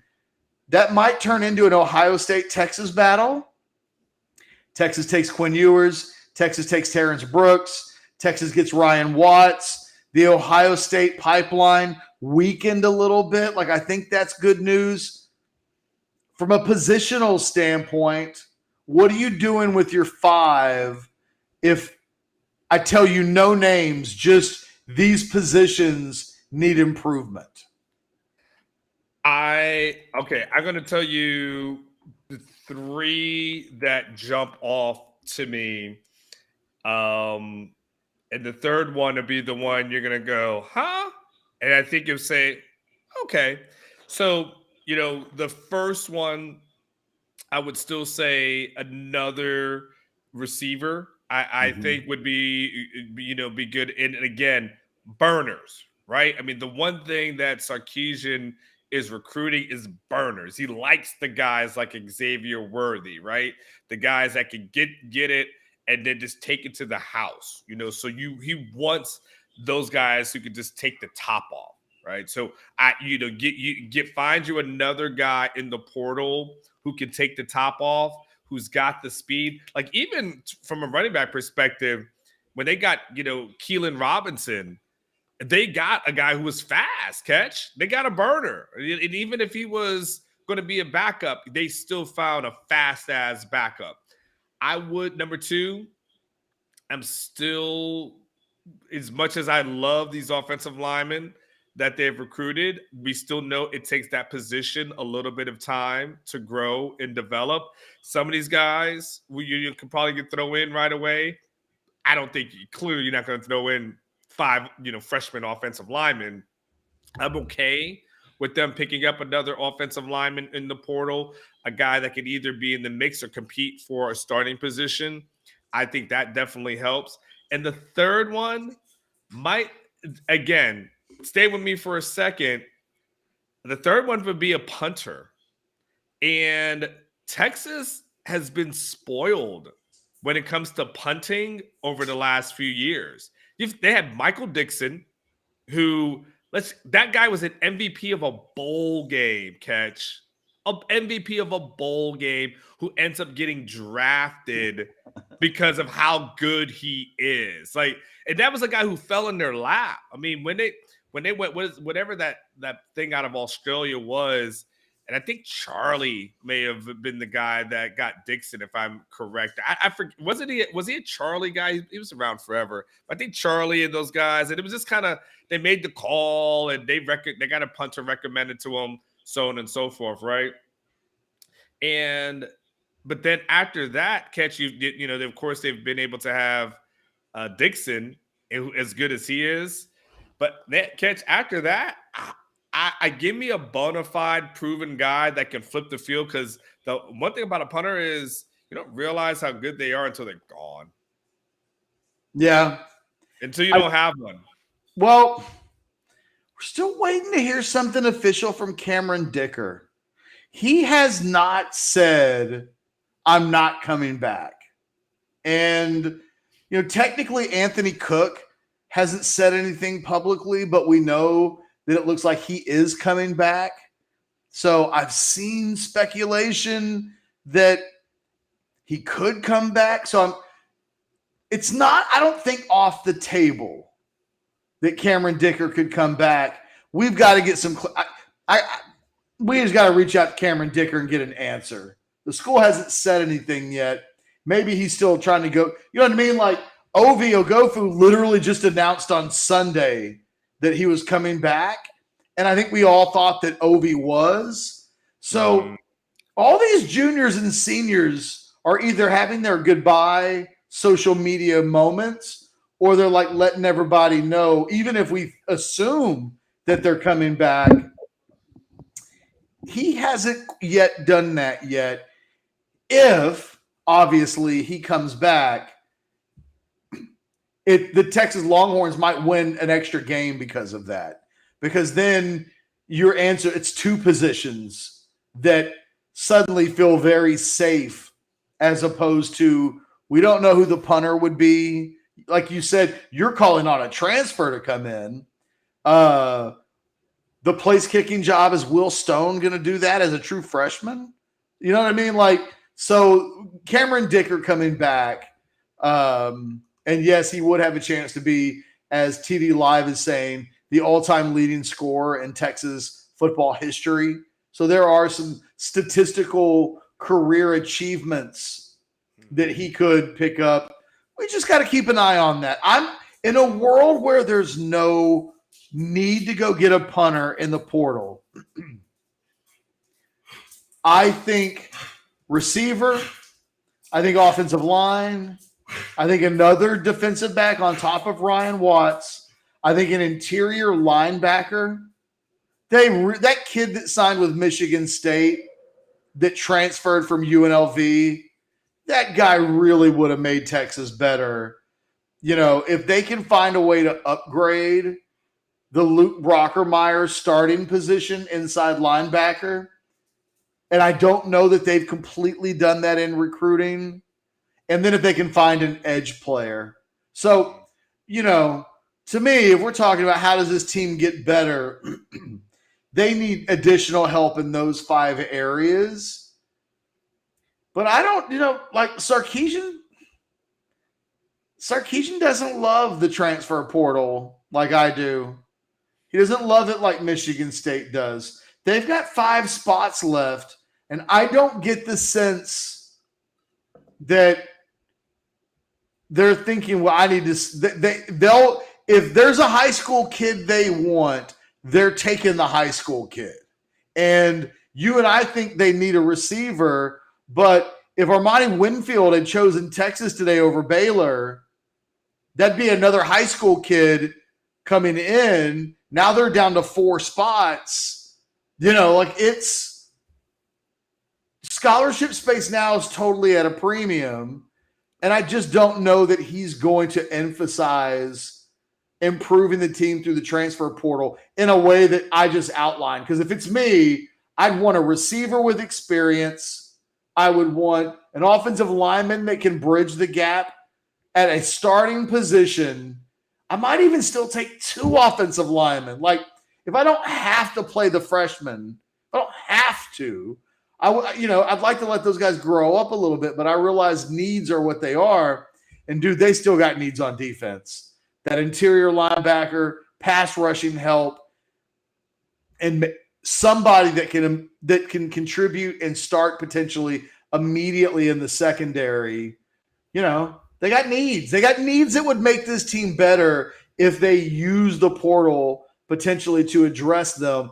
I just don't know how much about that portal life Sarkisian really is, because if things were to go completely according to plan and they just got everybody, there wouldn't be any more room for portal guys. Yeah, no. I mean, like you said, and there's something to be said. I mean, the portal guys at times, do come, with a little bit of a, why didn't things work out over there, so on and so forth. And, you're usually plugging and playing guys that you feel like you're trying to win right away. And I think Catch, like, low-key, kind of one of the things that, I'll probably touch in a little bit on Sunday, but I've written this in my, my column, like, it's really sounds like it's about a rebuild. And it really sounds like this is about getting his guys in, getting a number of his guys in. He talked, several weeks ago, Catch, about that 33 number. And you talked about how he got to the number. And it was one of the things, I think it was an overreaction Monday that we did, that stood out to us, that, well, he's talking a whole lot about bringing in a bunch of guys, who are probably going to be mostly recruits, high school recruits. Starting to sound like a little bit of a, little rebuild. And so that's what it kind of seems like it is from where he's going a lot high school, not even as much portal. So that sounds to me like, okay, this is a guy that's like, all right, let me tear it down, let me build it back up my way and build it for the long haul. And that's what you see what happens. So he may get a couple of pieces in the portal, but it doesn't look like you and I, we probably would have loaded like 10 people in the portal. And that's just not what he's going to do. Yeah, and as Aaron mentions, they've got 5. One of those spots is reserved for Devin Campbell. And Aaron, Correct. If you're asking any chance we get Devin Campbell in February, yeah, like we've talked about it throughout the show tonight, there's an absolute expectation that Texas will get Devin Campbell. So now you're down to 4. And it's, a year ago, Texas emphasized beefing up linebacker through the portal. It'll be interesting to see. I don't know that they go for an offensive lineman through the portal. Maybe they do. I know that the Minnesota guy is somebody that's at least on the radar. Correct. Boy, he was on the radar before Kelvin Banks, before NATO, before Cameron Williams. Devin Campbell still to go. The scholarship numbers look so different right now. It wouldn't completely they haven't been messing with any offensive lineman in the portal. I've been banging the drum. Go look at this Florida International cat who's got a Final 3, I think, of Florida State, Ohio State, and maybe Georgia. Like, all of the offers have been coming in for that guy. And Texas really hasn't been doing that. It would, at this point, be out of character for them to emerge. Well, because here's the other thing. They're not going to do anything to screw up Devin Campbell's recruitment. So I would anticipate all the way up until Devin Campbell's official.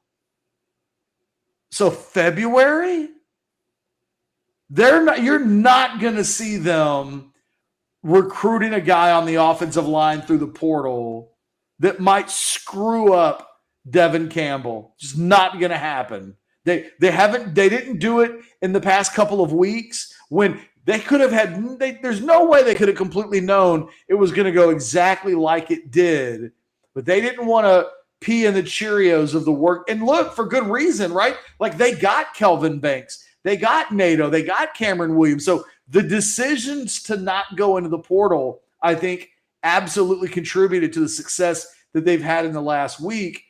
My prediction would be, even though I would go get a offensive lineman in the portal, it doesn't feel like that's something. If the staff does that, it's going to be after the spring when they've had a chance to see some of their young freshmen and see something I just don't think they're going to rush into that. By the way, props to Green Valley 6. Can you put that up on the screen? The Green Valley said he's been with us all day, Catch. So if you've been with us all day, you've been with us for how many hours has it been? I mean, I don't even 5 know hours and 45 minutes.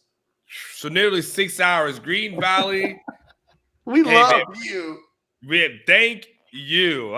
It's so funny. Catch asked me before we got on. He was like, how you doing? How you feeling? Like, I'm good. Like, there's so much adrenaline that's been going. And I maybe still have a little bit left from that 5-hour energy drink that seems to be lasting a lot longer than it should. I'm good. Now, I probably will crash hard. But you know what, Texas fans? And I know we're getting ready to wrap up soon, Catch. Yes, we are. So actually, how about this? I'm going to make this my parting shot. We got the Modcast literally in 12 and a half hours. Yeah. So but by the way, for those who are new, right, the Modcast is essentially the staff podcast that we kind of do live. So you'll see Catch, myself, Jason Sukamel, Alex Dunlap will be back. And it's really good because it's a collection of, you really won't get anything like it, to be quite honest with you, on any other Longhorn related content because our personalities are just so different.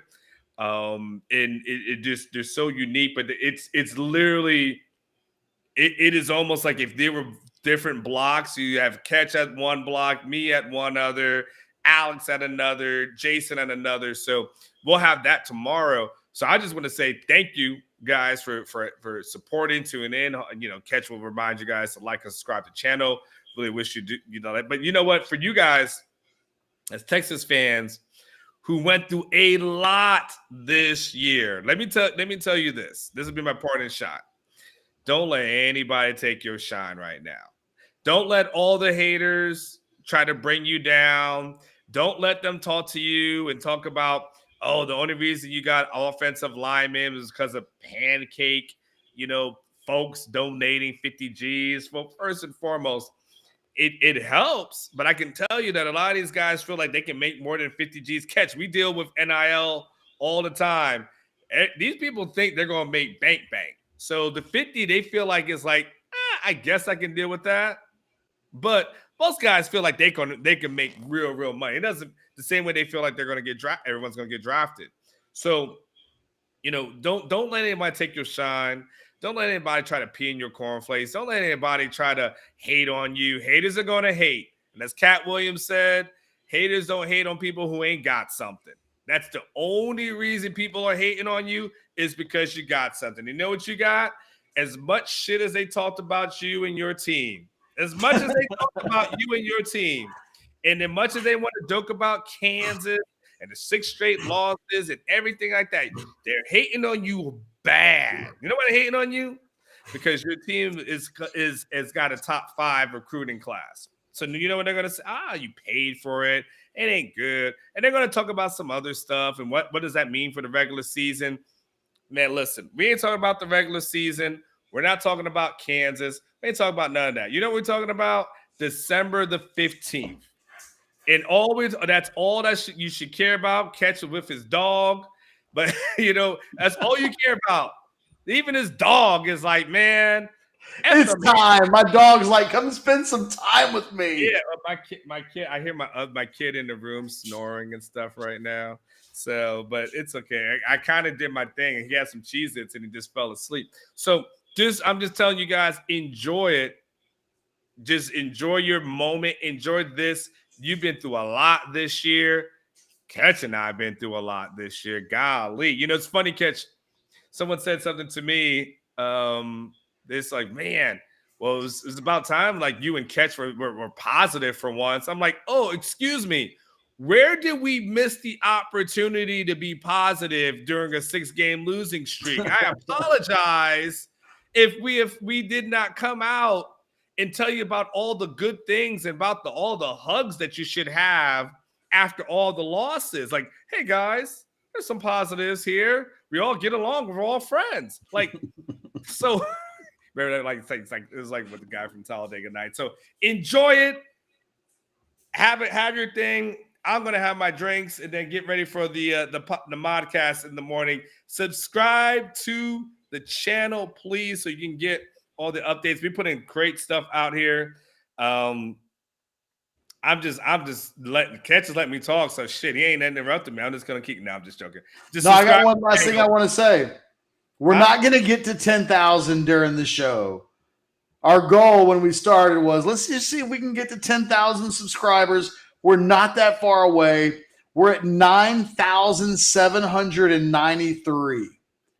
So the last thing I'm going to say is if you're one of the near 1,000 people watching the show and you haven't subscribed to the channel yet, do us a solid. Right now, before we log off, let us see the clicker go past 9,800. We just need a handful of you to subscribe. I don't mean to beg. We're 3 away. 3 of you. 3 of you click on that. Look, Stefan just said he subscribed. We're 2 away. We're 1 away. Get us to 9,800. We've been working for almost 6 hours in the middle of the broadcast. There it is. 9,800. 9,802. Now we're going. And then listen, once we get to 10,000, Ketch and I will give you the link to our OnlyFans page. And then no, never mind. We want to get to 10,000. Never mind. Screw that. You're gonna get us going backwards on the way out. I've never seen the clicker go the other direction before. Like, oh damn, we're down. How do we get down to 8,000? 2 steps forward, 19 back. What is your dog name, by the way? And we're at 98-18 now. So you guys have been awesome all day. It's been awesome to have you guys with us. What is the dog's name? I see your dog in the background. Brady. Is that? Yeah. I see her. She is in the background. Yeah, she's like literally right there to your left. She wants to know that she wants me to take her in the bedroom. She's 15 years old, lift her onto the bed, lift her big ass onto the bed. Your dog sleeps on your bed?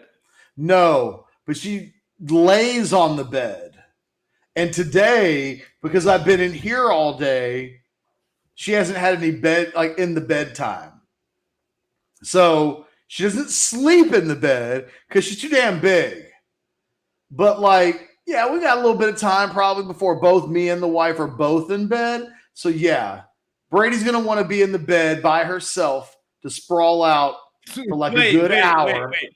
The dog gets to lay in the bed for an hour and then you guys get in the bed. Look, well, not normally. Normally, Brady's schedule is she gets in the bed at about 8 o'clock in the morning. So as we're getting up and getting out of bed, Brady will go into the bed and stay till like 2 o'clock. But that didn't happen today. And if you want to know how you get to have a dog live for 15 plus years, you spoil them with so much love that it includes the bed. My dog lives for the bed and food. Not me. Well, me too. But like food and the bed. Yeah, man. That's how you get to 15 years old as a dog. Good stuff. I mean, I don't have a dog. I'm the only orange bud staffer without one. So she's whining. She knows that I'm talking about her. And now she's whining that it's time for me to go. You gotta carry her. You gotta lift her into this bed, right? No, she can get like halfway there. So I just lift up her back so that she can get up to the bed, and then she take care of the rest. She's not incapable, but yeah, she doesn't get around like she used to. The funny thing is, I've got kids like you do who haven't even been like the dog wants me more than my kids do right now. My dog's like, come on, Dad. Seriously, this is some bullshit. The kids are like, we're good, Dad. Just keep doing your YouTube show. I'm just kind of curious. Do you take the dog? I know we're definitely at the end, right? Yes. So does the dog go on rides with you? Like, do you put the dog in the front seat and then the dog goes to HEB with you? No. Okay. No. I'm just curious. I mean, my dog's 15. Some people love dogs. Some people love dogs. My dog just chills. If you've ever seen the movie Funny Farm with Chevy Chase, they got like I think they named the dog like Old Dog or something like that. And the dog's tail's in the fireplace because it just is not good. That's our dog. Our dog has moved into if my tail is in the fireplace while it's going, don't worry, I'm good. Don't worry, I'm not moving even if my tail's on fire. Yellow dog, yes. Scott Brown with a very late appearance in the chat. He remembers. He and I might be the only people that are remembering the 1990, 1991 semi-non-classic Funny Farm with Chevy Chase and Yellow Dog. This is just fascinating because I'll be honest with you, I don't think brothers love dogs like this. So this is just a fascinating conversation. So I feel like I'm learning something right now.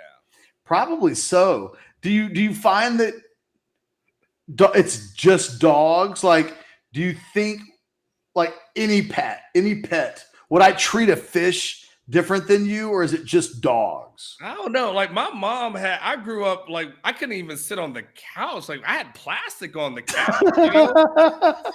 So I never knew what a real couch felt like until I was an adult. You know what I'm saying? So this is just different. Like I know people who had dogs when growing up.